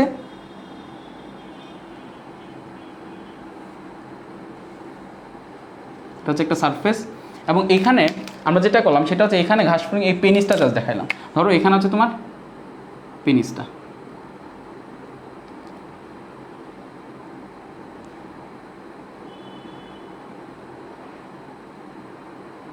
ওকে, তো এখানে হচ্ছে জাস্ট পেনিসটা, এখানে একটা ছিদ্র দিয়ে, এটা হচ্ছে নবম উদরীয় খণ্ডক। ধরো নবম উদরীয় খণ্ডকের নিচের দিকে পেনিসের এই ছিদ্রতে নিচের দিয়ে বের হয়ে আসতে পারে। তো এখানে যে কাহিনীটা হয় সেটা হচ্ছে এখানে নিচ দিয়ে, অর্থাৎ নবম উদরীয় খণ্ডকে, দ্যাট মিনস নবম উদরীয় খণ্ডকে ইন কেস অফ মেল, পুরুষের ক্ষেত্রে এদিকে একটা ছিদ্র আছে, যে ছিদ্রটা দিয়ে, পুরুষের ক্ষেত্রে এই জায়গাটা দিয়ে একটা ছিদ্র আছে, যে ছিদ্রটা দিয়ে এখানের নবম উদরীয় খণ্ডকে যে পেনিসটা আছে সেই পেনিসটা এখান দিয়ে বের হয়ে যেতে পারে। এখন তুমি একটা জিনিস চিন্তা করো, এইটার নিচ দিয়ে যে স্টারনামটা আসছে, সেটা কি করছে, এখানে যে ছিদ্রটা আছে সেই ছিদ্রটাকে ঢেকে ফেলছে না। ওকে, জিনিসটার প্রপার ভিউ যদি নিতে চাও, প্রপার ভিউটা এইভাবে নাও।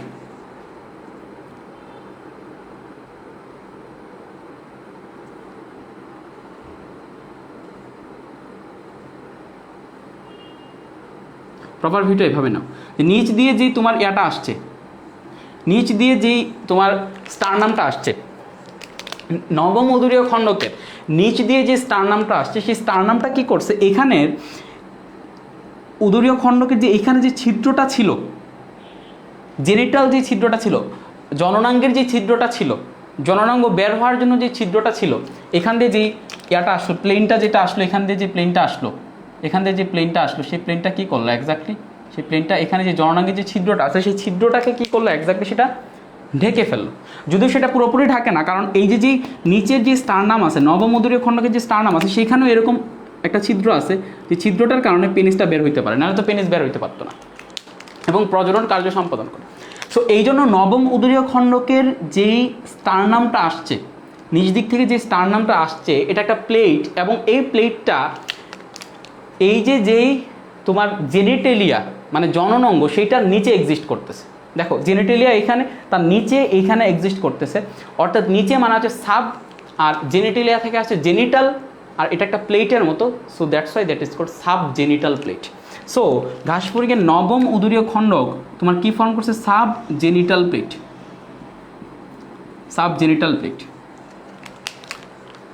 ইভেন তুমি যদি নবম উদরীয় খণ্ডকের এইদিকে যাও, পুরুষের ক্ষেত্রে এদিকে পাবা পেনিস, আর স্ত্রীদেহের ক্ষেত্রে এখানে তুমি যেটা পাবা সেটা হচ্ছে নবম উদরীয় খণ্ডে তুমি পাবা হচ্ছে ভ্যাজাইনা বা জুনি, অর্থাৎ সেখানে আর পেনিস নাই, জাস্ট এই ছিদ্রটা এক্সিস্ট করতেছে। কিন্তু মেইন যে বেসিক, সে বেসিক হচ্ছে নবম উদরীয় খণ্ডকে যে স্টারনামটা আসছে, এখান দিয়ে যে স্টারনামটা আসছে, যে স্টারনামটা উপরের দিকে উঠে গেছে, সেই স্টারনামটা এক্স্যাক্টলি নামকরণ করা হয়েছে সাব জেনিটাল প্লেট আকারে। সো এখানে দুইটা প্লেটকে তোমার মাথায় রাখতে হবে, একটা হচ্ছে সুপ্রা অ্যানাল প্লেট আর একটা হচ্ছে সাব জেনিটাল প্লেট। সো আমাকে একটু কমেন্ট করে জানাও তোমরা এই সাব জেনিটাল প্লেট জিনিসটা কি বুঝছো কিনা।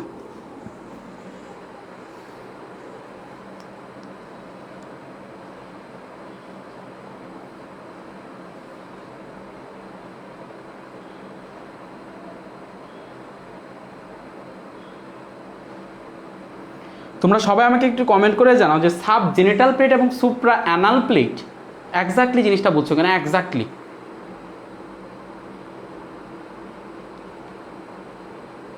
হ্যাঁ, মেয়ে ঘাসফড়িংয়ে ছিদ্র আছে, অবশ্যই ছিদ্র আছে, না তো জনন কার্য সম্পাদন করতে পারবে না। এবং এইখানে যে ছিদ্র আছে সেই ছিদ্রটার উপরে তুমি যদি যাও তখন তুমি অনলি ভ্যাজাইনা পাবা, সেখানে কি আর পেনিস পাবা না। ঠিক আছে, জাস্ট এই ছিদ্রটা এক্সিস্ট করতেছে, এখান থেকে যে পেনিসটা আসছে সেই পেনিসটা আর তুমি পাবা না।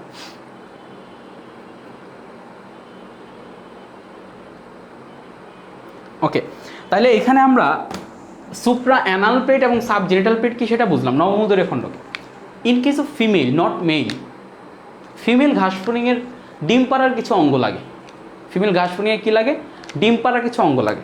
সো এখানে যেটা হয়, এটা স্ত্রী ঘাস ফড়িংয়ের ক্ষেত্রে যেটা হয় সেটা হচ্ছে অষ্টম এবং নবম, খেয়াল করো, অষ্টম এবং নবম যে উদরীয় খণ্ডক আছে, সেই অষ্টম এবং নবম, খেয়াল করো, এটা হচ্ছে 8 এবং 9, অষ্টম এবং নবম যে উদরীয় খণ্ডক আছে সেই অষ্টম এবং নবম উদরীয় খণ্ডক থেকে এরকমভাবে ডিম পাড়ার অঙ্গাণু তোমার বের হয়ে গেছে, এরকম ডিম পাড়ার অঙ্গাণু বের হয়ে গেছে, যেগুলোকে বলা হয় ওভিপোজিটর। এবং এইটা শুধুমাত্র পাবা হচ্ছে তুমি, এটা শুধুমাত্র পাবা হচ্ছে তুমি স্ত্রী ঘাস ফড়িংয়ে, পুরুষ ঘাস ফড়িংয়ে সেটা পাবা না, কারণ পুরুষ ঘাস ফড়িং তো ডিম পারে না। তাহলে এখানে আমরা স্ত্রী ঘাস ফড়িংয়ের একটা স্পেশাল ফিচার কি? স্ত্রী ঘাস ফড়িংয়ের স্পেশাল ফিচার হচ্ছে অষ্টম এবং নবম উদরীয় খণ্ডক থেকে তাদের ডিম পাড়ার এরকম দুইটা অঙ্গাণু বের হয়ে আসছে, ডিম পাড়ার সেই দুইটা অঙ্গাণুকে বলা হয় ওভিপোজিটর। সো এখন আমরা সবাই যাই এক্স্যাক্টলি একটু একটু রিভাইজ দিই যে আসলে তুমি স্ত্রী ঘাস ফড়িং এবং পুরুষ ঘাস ফড়িং চিনবা কিনা। ধরো এরকমভাবে একটা ঘাস ফড়িংয়ের পিছন দিকে তুমি ট্রাই করলা, পিছন দিকে আসলা, উদরের দিকে আসলা, পিছন দিকে এরকমভাবে আসলা, এরকমভাবে আসলা, আসার পরে দেখলা যে এই জায়গাটা হচ্ছে গোল এবং এইখানে এরকম দুটা অ্যানাল সার্সি ডেভেলপ করছে, তার মানে এটা হচ্ছে এক্স্যাক্টলি পুরুষ ঘাস ফড়িং।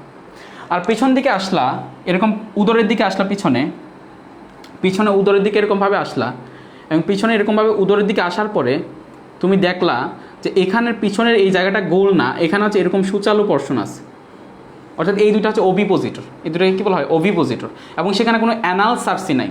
হোয়াট ডাজ ইট মিন? এটা হচ্ছে স্ত্রী ঘাস ফড়িং, এটা হচ্ছে কি স্ত্রী ঘাস ফড়িং। সবাই বুঝছো কিনা কমেন্ট করে জানো।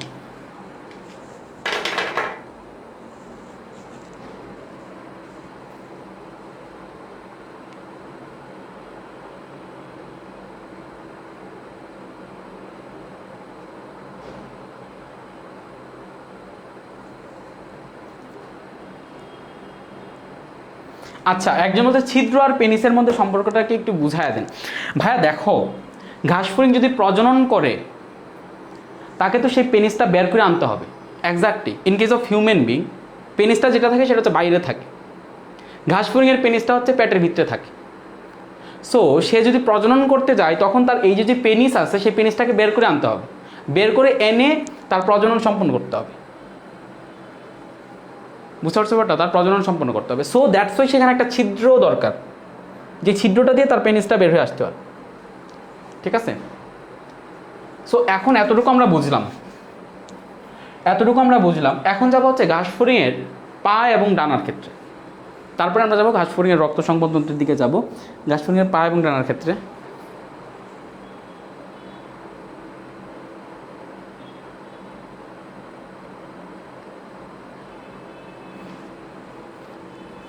আচ্ছা, তো আমি যেটা বললাম আমি একটু রিভাইজ দিই যে এখানে কী কী আছে। প্রথম উদরীয় খণ্ডকে টিম্পেনাম পর্দা আছে, অ্যান্ড প্রথম উদরীয় খণ্ডকটা হচ্ছে অসম্পূর্ণ। দ্বিতীয় থেকে অষ্টম উদরীয় খণ্ডকের মধ্যে আপাতত কোনো কিছু আমরা ধরতেছি না, দুই পাশে স্পাইরাকল বা শ্বাসতন্ত্র আছে। নবম এবং দশম টার্গাম আংশিকভাবে একীভূত এবং 11তম উদরীয় খণ্ডকে পায়ুছিদ্র অবস্থান করে। সো এইটার উপরে যে টার্গামটা আসছে সেই টার্গামটাকে বলা হয় সুপ্রা অ্যানাল প্লিট। আর নবম উদরীয় খণ্ডকের নিচে একটা ছিদ্র আছে পুরুষ এবং স্ত্রী দুইটার ক্ষেত্রেই, সেইটার নিচ দিয়ে যে স্টার্নামটা আসছে সেই স্টার্নামটাকে বলা হয় সাবজেনিটাল প্লিট। এখন আসলে পুরুষ ঘাস ফড়িং এবং স্ত্রী ঘাস ফড়িংয়ের ডিফারেন্সিয়েটিং পয়েন্ট। পুরুষ ঘাস ফড়িংয়ের দশম উদরীয় খণ্ডকের পেছন থেকে অ্যানাল সার্সি ডেভেলপ করে, যেটা স্ত্রী ঘাস ফড়িংয়ে থাকে না। স্ত্রী ঘাস ফড়িংয়ের অষ্টম এবং নবম উদরীয় খণ্ডক থেকে ডিম পাড়ার দুটো অঙ্গাণু বের হয়, যারা হচ্ছে ওভিপোজিটর নামে পরিচিত। সেই ওভিপোজিটর শুধুমাত্র স্ত্রী ঘাস ফড়িংয়ে থাকে, পুরুষ ঘাস ফড়িংয়ে এক্সিস্ট করে না। That is dismiss. Okay, so এখন দেখো আমি যেটাতে যাব সেটা হচ্ছে ঘাস ফড়িংয়ের রক্ত সংবহনতন্ত্র। ঘাস ফড়িংয়ের রক্ত সংবহনতন্ত্রের ক্ষেত্রে আমরা যেটা করব সেটা হচ্ছে ঘাস ফড়িংয়ের রক্ত সংবহনতন্ত্রের দিকে যাব। সো দৈহিক গঠন আশা করি পারছো। দৈহিক গঠনের মধ্যে ডানা এবং পা নিয়ে কিছু বলতে হবে, যদিও সেটা তোমরা পারবা। আচ্ছা, ডানা এবং পা পরে আগে যেটা বেশি ইম্পর্টেন্ট সেই ইম্পর্টেন্ট জিনিসটা পরে। ঠিক আছে, সেই বেশি ইম্পর্টেন্ট জিনিসটা পড়ায় আমি। এটা আপাতত লাগতেছে না, ওকে, আপাতত লাগতেছে না। আমরা ঘাস ফুরিংয়ের দৈহিক গঠন টঠন শেষ করে ফেললাম মোটামুটি। এখন একটু বইটা একটু পইরা দেখো ভাই, এখন বইটা পইরা দেখো যে সবগুলা চোখে ভাসে কিনা। ঠিক আছে, আমি তো আগেই বলছি ভাই, আমি তোমার যা পড়াবো বুঝায় পড়াবো, আমি তোমাকে একটা লাইনও বলবো না যে ভাই মুখস্থ করো।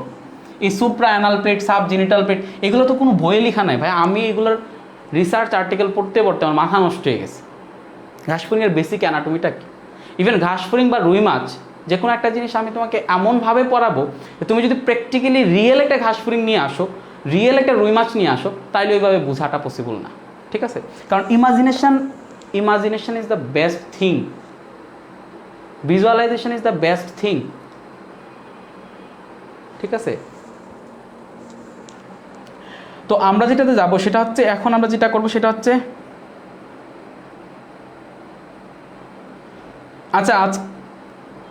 আচ্ছা ঠিক আছে, অনেকে বলছে আজকে ছুটি দেন, ছুটি দিয়ে দিব আমি জাস্ট একটু রক্ত সংবন্ধনটা এইখানে কিছুটা বোঝানোর জন্য কিছুটা বেসিক লাগবে, অর্থাৎ মিক্সোসিলের কনসেপ্টটা আমি বোঝাতে চাচ্ছি। হোয়াট ইজ মিক্সোসিল, এই কনসেপ্টটা জাস্ট বোঝাতে চাচ্ছি। ঠিক আছে, খেয়াল করো, এখানে আমরা যাবো হচ্ছে, ফার্স্টে যাবো হচ্ছে সিলুম। আমাকে একটু শেষ করতে দাও, তাহলে আমি বললাম না আমার হয়তো বা 6টা ক্লাস আমি শেষ করতে পারবো না। সিলুম জিনিসটা কি একটু ভালোভাবে চিন্তা করো, তোমরা পড়ে আসছো। সিলুম জিনিসটা কি ফার্স্ট লেকচারে, ফার্স্ট চ্যাপ্টারে তোমাদের পড়া ছিল, বাট তারপরে আমি আর একটু বেসিক দিয়ে পড়াচ্ছি। সেটা হচ্ছে একটা ত্রিস্তরী প্রাণী যখন ডেভেলপ করে, ত্রিস্তরী প্রাণী মানে কি, যাদের 3টা ভ্রূণাবস্থায় যাদের 3টা স্তর থাকে, একটা হচ্ছে একটুডার্ম, একটা হচ্ছে তোমার মেসোডার্ম, আর একটা হচ্ছে এন্ডোডার্ম। সো ত্রিস্তরী প্রাণীদেহের, ধরো ত্রিস্তরী প্রাণীদেহের একটুডার্ম থেকে যেটা ডেভেলপ করে, সেই একটুডার্ম থেকে ডেভেলপ করে হচ্ছে দেহত্বক, একটুডার্ম থেকে ডেভেলপ করে দেহত্বক। এই দেহত্বকের ভিতরে যদি তুমি যাও, অর্থাৎ আমি একজন মানুষকে এই বরাবর কাটলাম, আমি একজন মানুষকে এই বরাবর কাটলাম, এই বরাবর কাটলাম, এই বরাবর কাটার পরে আমি দেখতেছি যে এখানে কি আছে, এবং এইখানে আমি মাঝখানে পাবো হচ্ছে, এই জায়গায় পাবো হচ্ছে মাসেল, এই জায়গায় কি পাবো, মাসেল পাবো, এই জায়গায় এরকমভাবে মাসেল পাবো,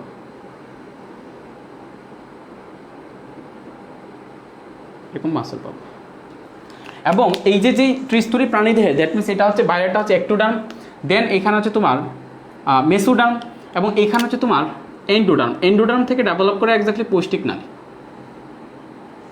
অর্থাৎ এই জায়গাটাতে যদি আমি দেখাইতে চাই হিউম্যান বিংয়ের ক্ষেত্রে, বাইরেটা হচ্ছে দেহত্বক, তারপরে হচ্ছে আসছে আমার কি এখানে মাসেল, তারপরে এখানে মাঝখান দিয়ে আসছে হচ্ছে আমার পৌষ্টিক নালী। পৌষ্টিক নালীটা আসার পরে যেটা অন্য নালী আসছে, তারপরে পাকস্থলী হয়ে গেছে, তারপরে ক্ষুদ্রান্ত বৃহদান্ত্র রয়েছে। এখন ত্রিস্তরী প্রাণীদেহের যদি এটা হয় যে এখানে যে মেসোডার্ম আছে, সেই মেসোডার্ম থেকে যদি একটা পেরিটোনিয়াম পর্দা ডেভেলপ করে, কি পর্দা ডেভেলপ করে, পেরিটোনিয়াম পর্দা।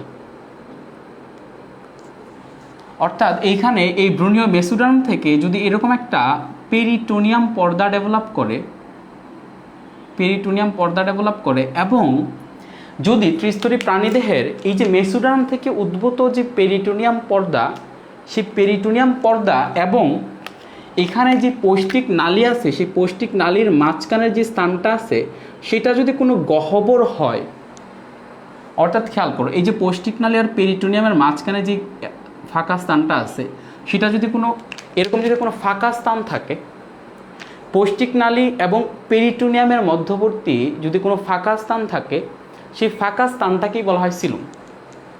সেই ফাঁকা স্থানটাকে কি বলা হয়, সিলুম।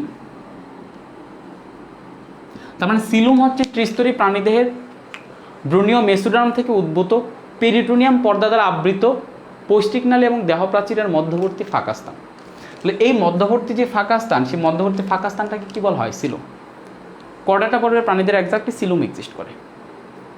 নন কর্ডাটা পর্বের প্রাণীদের মধ্যেও মোটামুটি তোমার ইয়ার পরে থেকে, অর্থাৎ নেমাটোডার পর থেকে সিলুম এক্সিস্ট করে। ওকে, আমি তোমাকে জিনিসটা বোঝাই। দেখো আমাদের পর্বগুলা কী কী নন কর্ডাটার মধ্যে, ফার্স্ট হচ্ছে পরিফেরা, তারপরে কি নিডারিয়া, তারপরে কি প্লাটিহেলমিনথেস, তারপরে কি নেমাটোডা, তারপরে আসছে তোমার এনিলিডা, আর্থ্রোপোডা, সবগুলো আসছে। এখন একটা জিনিস খেয়াল করো, সিলোমের ডেফিনেশনে আসছে সেটা হচ্ছে ত্রিস্তরী প্রাণীদেহ হইতে হবে এবং সেটার মধ্যে পেরিটোনিয়াম পর্দা ডেভেলপ করতে হবে মেসোডার্ম থেকে। সো কোনো একটা প্রাণী যদি ত্রিস্তরী প্রাণী না হয় তাহলে সেখানে তার সিলোম থাকার কোনো পসিবিলিটিই থাকে না, cause coelom is the character of 3 layered animals. মানে 3 লেয়ার্ড বা 3 স্তরী যে সমস্ত প্রাণী আছে তাদের একটা ক্যারেক্টার হচ্ছে সিলোম। সো পরিফেরা যেটার স্তর হচ্ছে একটা, সেটার মধ্যে সিলুম থাকবে না, অর্থাৎ এটা অ্যাসিলুমেট প্রাণী। নিডারিয়া এটা হচ্ছে দ্বিস্তরী প্রাণী, এটাও অ্যাসিলুমেট প্রাণী। কজ কি? কজ তারা ত্রিস্তরী প্রাণী না, সিলুম হচ্ছে ত্রিস্তরী প্রাণীদেহের বৈশিষ্ট্য। সো যেহেতু পরিফেরা এবং নিডারিয়া তারা ত্রিস্তরী প্রাণী না, পরিফেরা হচ্ছে একস্তরী, নিডারিয়া হচ্ছে দ্বিস্তরী প্রাণী। সো তাদের মধ্যে এক্স্যাক্টলি সিলুম এক্সিস্ট করার কোনো পসিবিলিটিই নাই। সিলুম এক্স্যাক্টলি এক্সিস্ট করবে কোন জায়গায়? বা প্লাটিহেল মিনথেসে থাকতে পারে, কজ প্লাটিহেল মিনথেস হচ্ছে ত্রিস্তরী প্রাণী। সো আমরা ধরে নিতে পারি যে প্লাটিহেল মিনথেসে সিলুম থাকতে পারে। বাট এক্স্যাক্টলি প্লাটিহেল মিনথেসের বেসিক জিনিসটা দেখো, প্লাটিহেল মিনথেস মানে চাপটা কৃমি। অর্থাৎ ধরো আমরা যুক্তির স্বার্থে ধরে নিলাম যে প্লাটিহেল মিনথেস ত্রিস্তরী প্রাণী এবং তার মধ্যে সিলুম থাকা পসিবল। অর্থাৎ ধরো একটা প্লাটিহেল মিনথেস আমি নিলাম এবং সেই প্লাটিহেল মিনথেসটার এখানে পেরিটোনিয়াম পর্দা থাকা পসিবল, এবং এইখানে তার পৌষ্টিক নালী থাকা পসিবল। ওকে, এখানে তার পৌষ্টিক নালী থাকাটা পসিবল,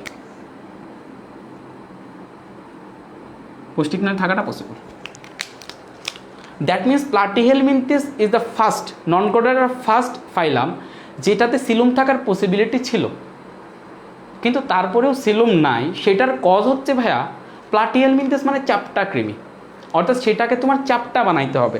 সো আমি যদি আমার ধরো পেরিটোনিয়াম পর্দা আছে, আমার ধরো এখানে পৌষ্টিক নালীর গহ্বর আছে, আমার ধরো এখানে মাঝখানে সিলুমটা আছে, কিন্তু আমি যদি সেই প্রাণীটাকে যদি চাপটা বানাইতে চাই, আমি যদি এটাকে দুই দিক থেকে এরকমভাবে প্রেস করি, আমি যদি চাপটা করি যেরকমভাবে প্রেস করি, তাহলে আমি যদি এই প্লাটিহেল মিনথেস মানে চাপটা কৃমি, সো আমি যদি এখানে এটাকে চাপটা বানায় দিই তখন আর মাঝখানের গহ্বরটা থাকবে না। দেখো সেন্স দিছে কিনা বিষয়টা, যে আমি হচ্ছে সেই প্লাটিহেল মিনথেসটা নিলাম, সেই প্লাটিহেল মিনথেসটা নেওয়ার পরে সেটা যেহেতু ত্রিস্তরী প্রাণী, সেইখানে পেরিটোনিয়াম পর্দা ছিল, সেখানে পেরিটোনিয়াম পর্দার পাশাপাশি সেখানে পৌষ্টিক নালী ছিল এবং মাঝখানে একটা গহ্বর ছিল। বাট আমাকে প্লাটিহেল মিনথেস মানে চাপটা কৃমি, সো সেটাকে যদি চাপটা বানাইতে হয় আমি যদি মাঝখানে এটাকে প্রেস করি তাহলে তো চাপটা হবে। তো আমি যখন মাঝখানে এটাকে প্রেস করতে যাব তখন আর মাঝখানে আর গহ্বরটা থাকবে না। অর্থাৎ এক্স্যাক্টলি ব্যাপারটাকে যদি আমি এখন এভাবে দেখার ট্রাই করি, ব্যাপারটা হয়ে যাবে ঠিক এরকম। দেখো ধরো এটা হচ্ছে তোমার পৌষ্টিক নালী, এটা হচ্ছে ধরো পৌষ্টিক নালী, এখানে যে পেরিটোনিয়াম পর্দা আছে সেগুলো কি হবে তোমার, দেখো এখানে হচ্ছে তোমার দেহ যাবে হচ্ছে এরকমভাবে,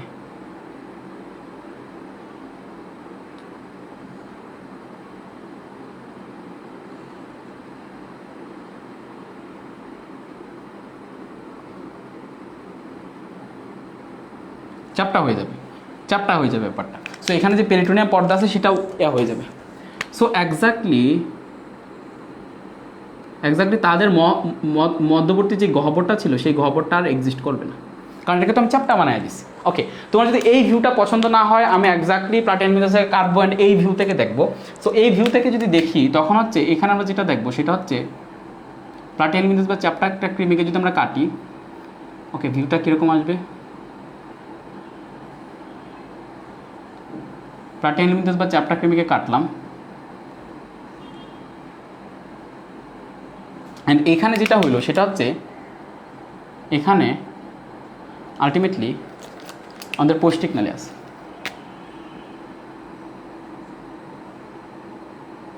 সো এখানে যেটা হবে সেটা হচ্ছে এটা এরকমভাবে হয়ে গেছে, এখানে যেটা আছে এটা এরকমভাবে হয়ে গেছে, আর এই জায়গাটা তোমার বন্ধ হয়ে গেছে কারণ এটাকে আমি চাপটা বানায় ফেলছি। সো এখানে আলটিমেটলি গহ্বরটা এক্সিস্ট করতেছে না। সো এখানে পেরিটোনিয়াম থাকলেও সেখানে আলটিমেটলি যেহেতু এটাকে আমার চাপটা বানায় দিতে হবে, সো এই গহ্বরটা তখন এক্সিস্ট করবে না। সো এই জন্য তোমাদের বইয়ে কথাটা লেখা আছে যে প্লাটিহেল মিনথেস ত্রিস্তরী প্রাণী হলেও সেটা এসিলুমেট।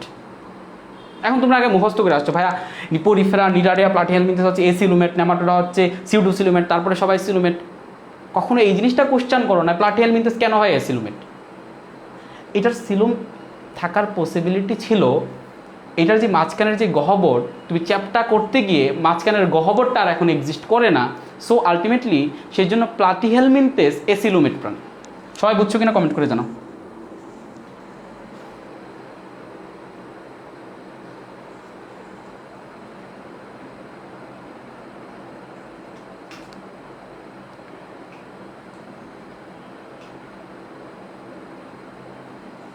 ঠিক আছে, সো প্লাটিহেলমিনথেস কি এসিলোমেট প্রাণী, প্লাটিহেলমিনথেস কি এসিলোমেট প্রাণী।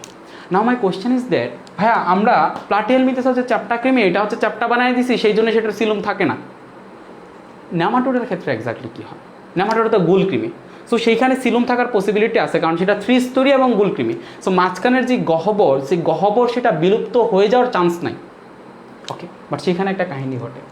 সেখানে যেটা হয় সেটা হচ্ছে সব কিছুই ঠিকঠাক, গুলকৃমি, পৌষ্টিক নালী আছে, পৌষ্টিক নালী এবং পেরিটোনিয়াম পর্দার মধ্যবর্তী ফাঁকা স্থান আছে, বাট সেখানে যে পেরিটোনিয়াম পর্দা, সেই পেরিটোনিয়াম পর্দাটা কন্টিনিউয়াস একটা পর্দা না, এটা একটা ডিসকন্টিনিউয়াস পর্দা। অর্থাৎ সেটা কোনো কোনো সময় মনে হয় যে সেটা এক্সিস্ট করতেছে, কোনো কোনো সময় মনে হয় যে সেটা এক্সিস্ট করতেছে, কোনো কোনো সময় মনে হয় যে সেটা এক্সিস্ট করতেছে, কোনো সময় এক্সিস্ট করে না। তার মানে এই এতটুকু জায়গা পেরিটোনিয়াম এবং পৌষ্টিক নালীর মধ্যবর্তী ফাঁকা স্থান, সো এতটুকু জায়গাকে আমরা সিলুম বলতে পারি। বাট এই যে এতটুকু জায়গাকে আমরা সিলুম বলি না, কজ এখানে পেরিটোনিয়াম পর্দাটা এক্সিস্ট করে না। আবার এতটুকু জায়গাকে আমরা সিলুম বলতে পারি, কিন্তু এতটুকু জায়গাতে আমি সিলুম বলতে পারি না কারণ এখানে পেরিটোনিয়াম পর্দা এক্সিস্ট করে না। সো এইটা হচ্ছে দুইটার মিশ্রণ, যে এইখানে সিলুম, কিছু জায়গায় সিলুম আছে। দেখো, কোনো গহ্বর থাকা মানে তুমি সিলুম বলতে পারবে না।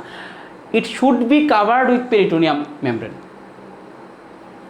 It is the first condition. It must be covered with peritoneum membrane. এখানে পেরিটোনিয়াম পর্দা দ্বারা যতটুকু অংশ কাভার্ড না, সেই জায়গার যে কেভিটি সেটাকে তুমি সিলুম বলতে পারবে না, সেটা নর্মাল সিল, সেটা নর্মাল কেভিটি। সো আমরা বলি যে নেমাটোডার ক্ষেত্রে যেটা হয় সেটা হচ্ছে নেমাটোডার ক্ষেত্রে সিলুমটা কখনো এক্সিস্ট করে, কখনো এক্সিস্ট করে না। সো দ্যাট ইজ ডিসগাইজড, এটা ছদ্মবেশে এক্সিস্ট করে, ছদ্মবেশ। এটার রিয়েল জিনিসটা তুমি বুঝতে পারো না। একবার মনে হয় যে সেটা এক্স্যাক্টলি এক্সিস্ট করে, আরেকবার মনে হয় যে এক্সিস্ট করে না। আর এই ছদ্মবেশের গ্রিক টার্ম হচ্ছে সিউডো, সেই জন্য নেমাটোডাকে বলা হয় সিউডোসিলোমেট। এর পরবর্তীতে যারা আছে সবাইকে বলা হয় সিলোমেট। বাট আর্থ্রোপোডা পর্বে গিয়ে একটা কাহিনী ঘটে, ঘাস ফড়িংয়ের ক্ষেত্রে একটা স্পেশাল কাহিনী ঘটে। সেই স্পেশাল কাহিনীটা কি সেটা আমি তোমাকে বোঝাই।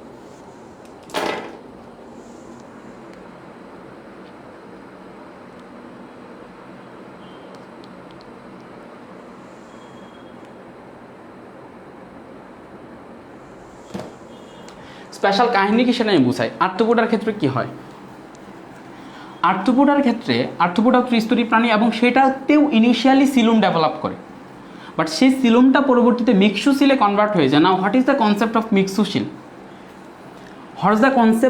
মিক্সোসিল? সেটা হচ্ছে, ধরো নর্মাল একটা প্রাণীদেহের যদি তুমি ডেভেলপমেন্ট দেখো, একটা জাইগোট প্রথমে গিয়ে একটা অভামকে তোমার নিষেক করে, একটা স্পার্ম বা একটা শুক্রাণু প্রথমে একটা ডিম্বাণুকে নিষেক করে, তারপরে নিষেক করার পরে এটাকে বলা হয়, এই প্রসেসটাকে বলা হয়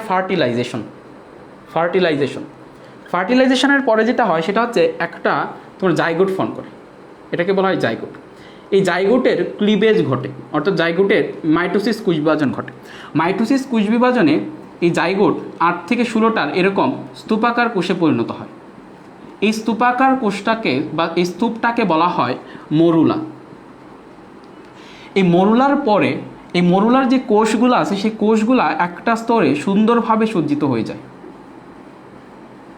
এবং এই যে একটা স্তরে সুন্দরভাবে সজ্জিত হয়ে যায় সেটাকে বলা হয় ব্লাস্টুলা। এই ব্লাস্টুলা থেকে পরবর্তীতে আরও এরকম 2টা স্তর ডেভেলপ করে। সো আলটিমেটলি নর্মালি আমরা 3টা স্তর পাই, যেটাকে বলা হয় গেস্টুলা বা গেস্টুলেশন, অর্থাৎ এখানে 3টা স্তর নর্মালি আমরা পাই, এরকম 2টা 3টা। এখন একটা জিনিস চিন্তা করো, যখন সেটার ব্লাস্টুলা ফরমেশনটা হয় ঘাস ফড়িংয়ের ক্ষেত্রে, এই ব্লাস্টুলার মাঝখানে দেখো একটা ছিদ্র আছে, মাঝখানে দেখো একটা কেভিটি আছে, সেটাকে বলা হয় ব্লাস্টোসিল। ওকে, এটা 2 ডাইমেনশনালি তোমাদের সেন্স দেবেন, আমি 3 ডাইমেনশনালি দেখাচ্ছি। থ্রি ডাইমেনশনালি দেখাচ্ছি, খেয়াল করো। এখানে যেটা হয় সেটা হচ্ছে, ধরো এটা হচ্ছে ব্লাস্টুলা,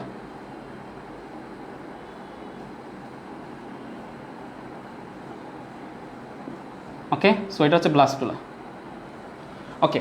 সো এই ব্লাস্টুলার এখানে এক্স্যাক্টলি যেটা হয়, একটা পেরিটোনিয়াম পর্দা ডেভেলপ করে।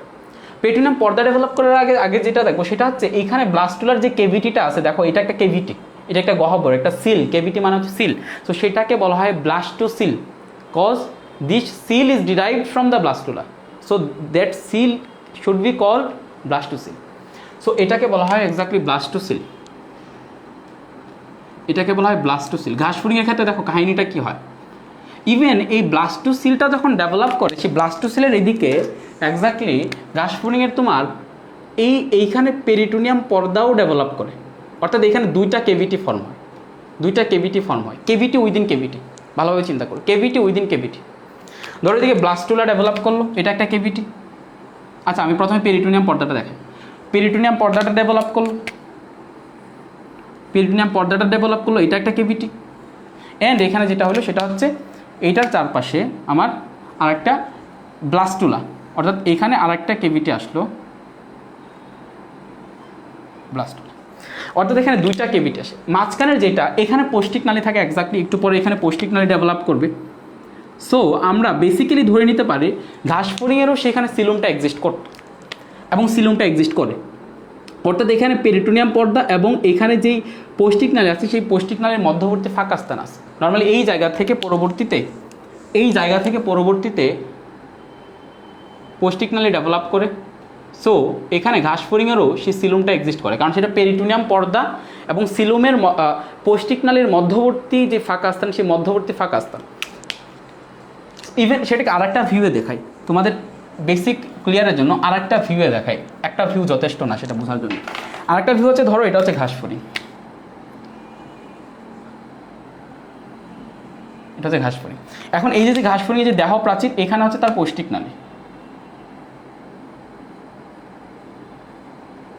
এটা হচ্ছে 11তম উদরীয় খণ্ডকে গিয়ে সেটা পায়ে ছিদ্রাকারে যায়। অ্যান্ড এখানে তোমার এরকমভাবে পেরিটোনিয়াম পর্দা ডেভেলপ করে, ওকে।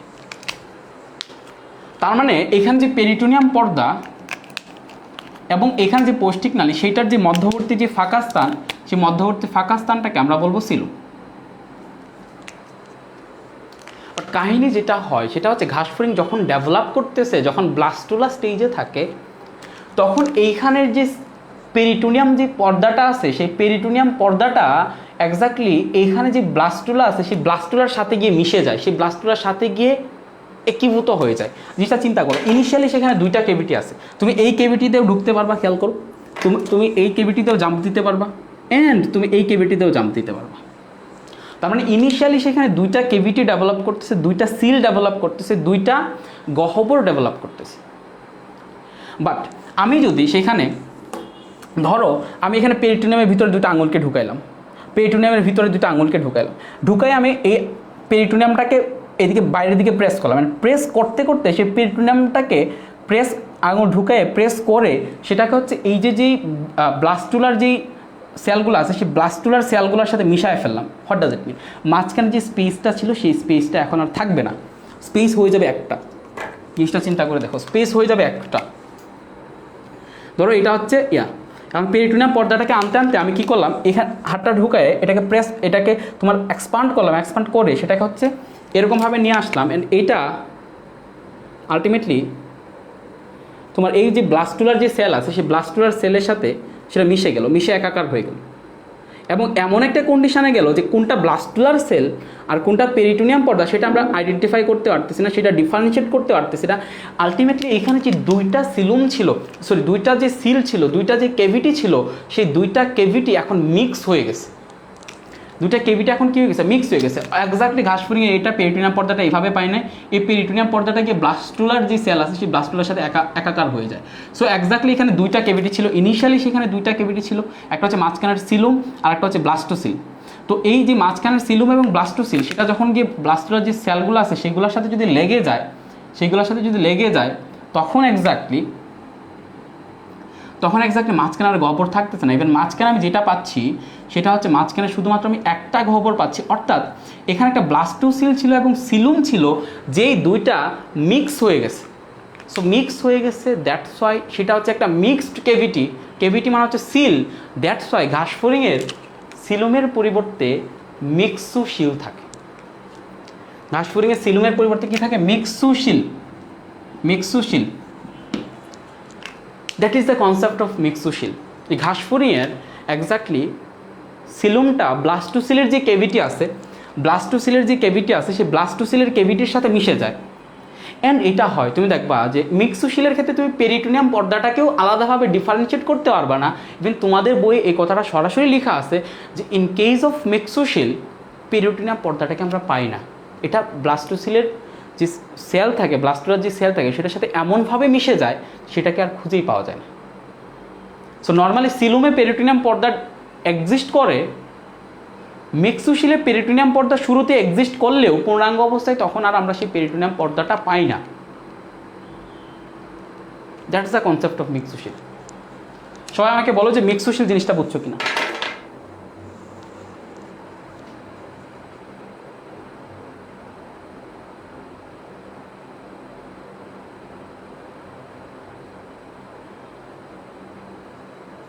সবাই আমাকে বলো মিক্সুশিল জিনিসটা বুঝছো কিনা। আমি এই পর্যন্ত শেষ করে দিব, বাট আমাকে আগে জিনিসটা বলো যে মিক্সুশিল যে কনসেপ্ট, মিক্সুশিলের কনসেপ্টটা তোমাদের ক্লিয়ার হয়েছে কিনা। হ্যাঁ, ছুটি দিয়ে দিব, আমাকে আগে সেই কনফার্মেশনটা দাও তোমরা মিক্সুশিলের কনসেপ্টটা বুঝছো কিনা।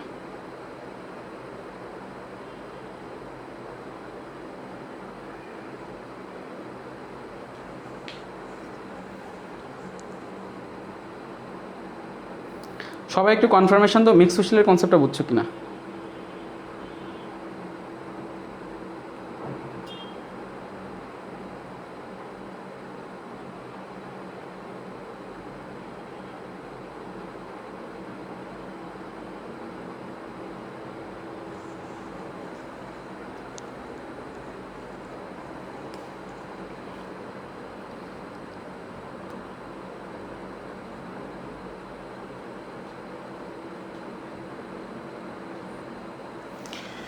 ওকে,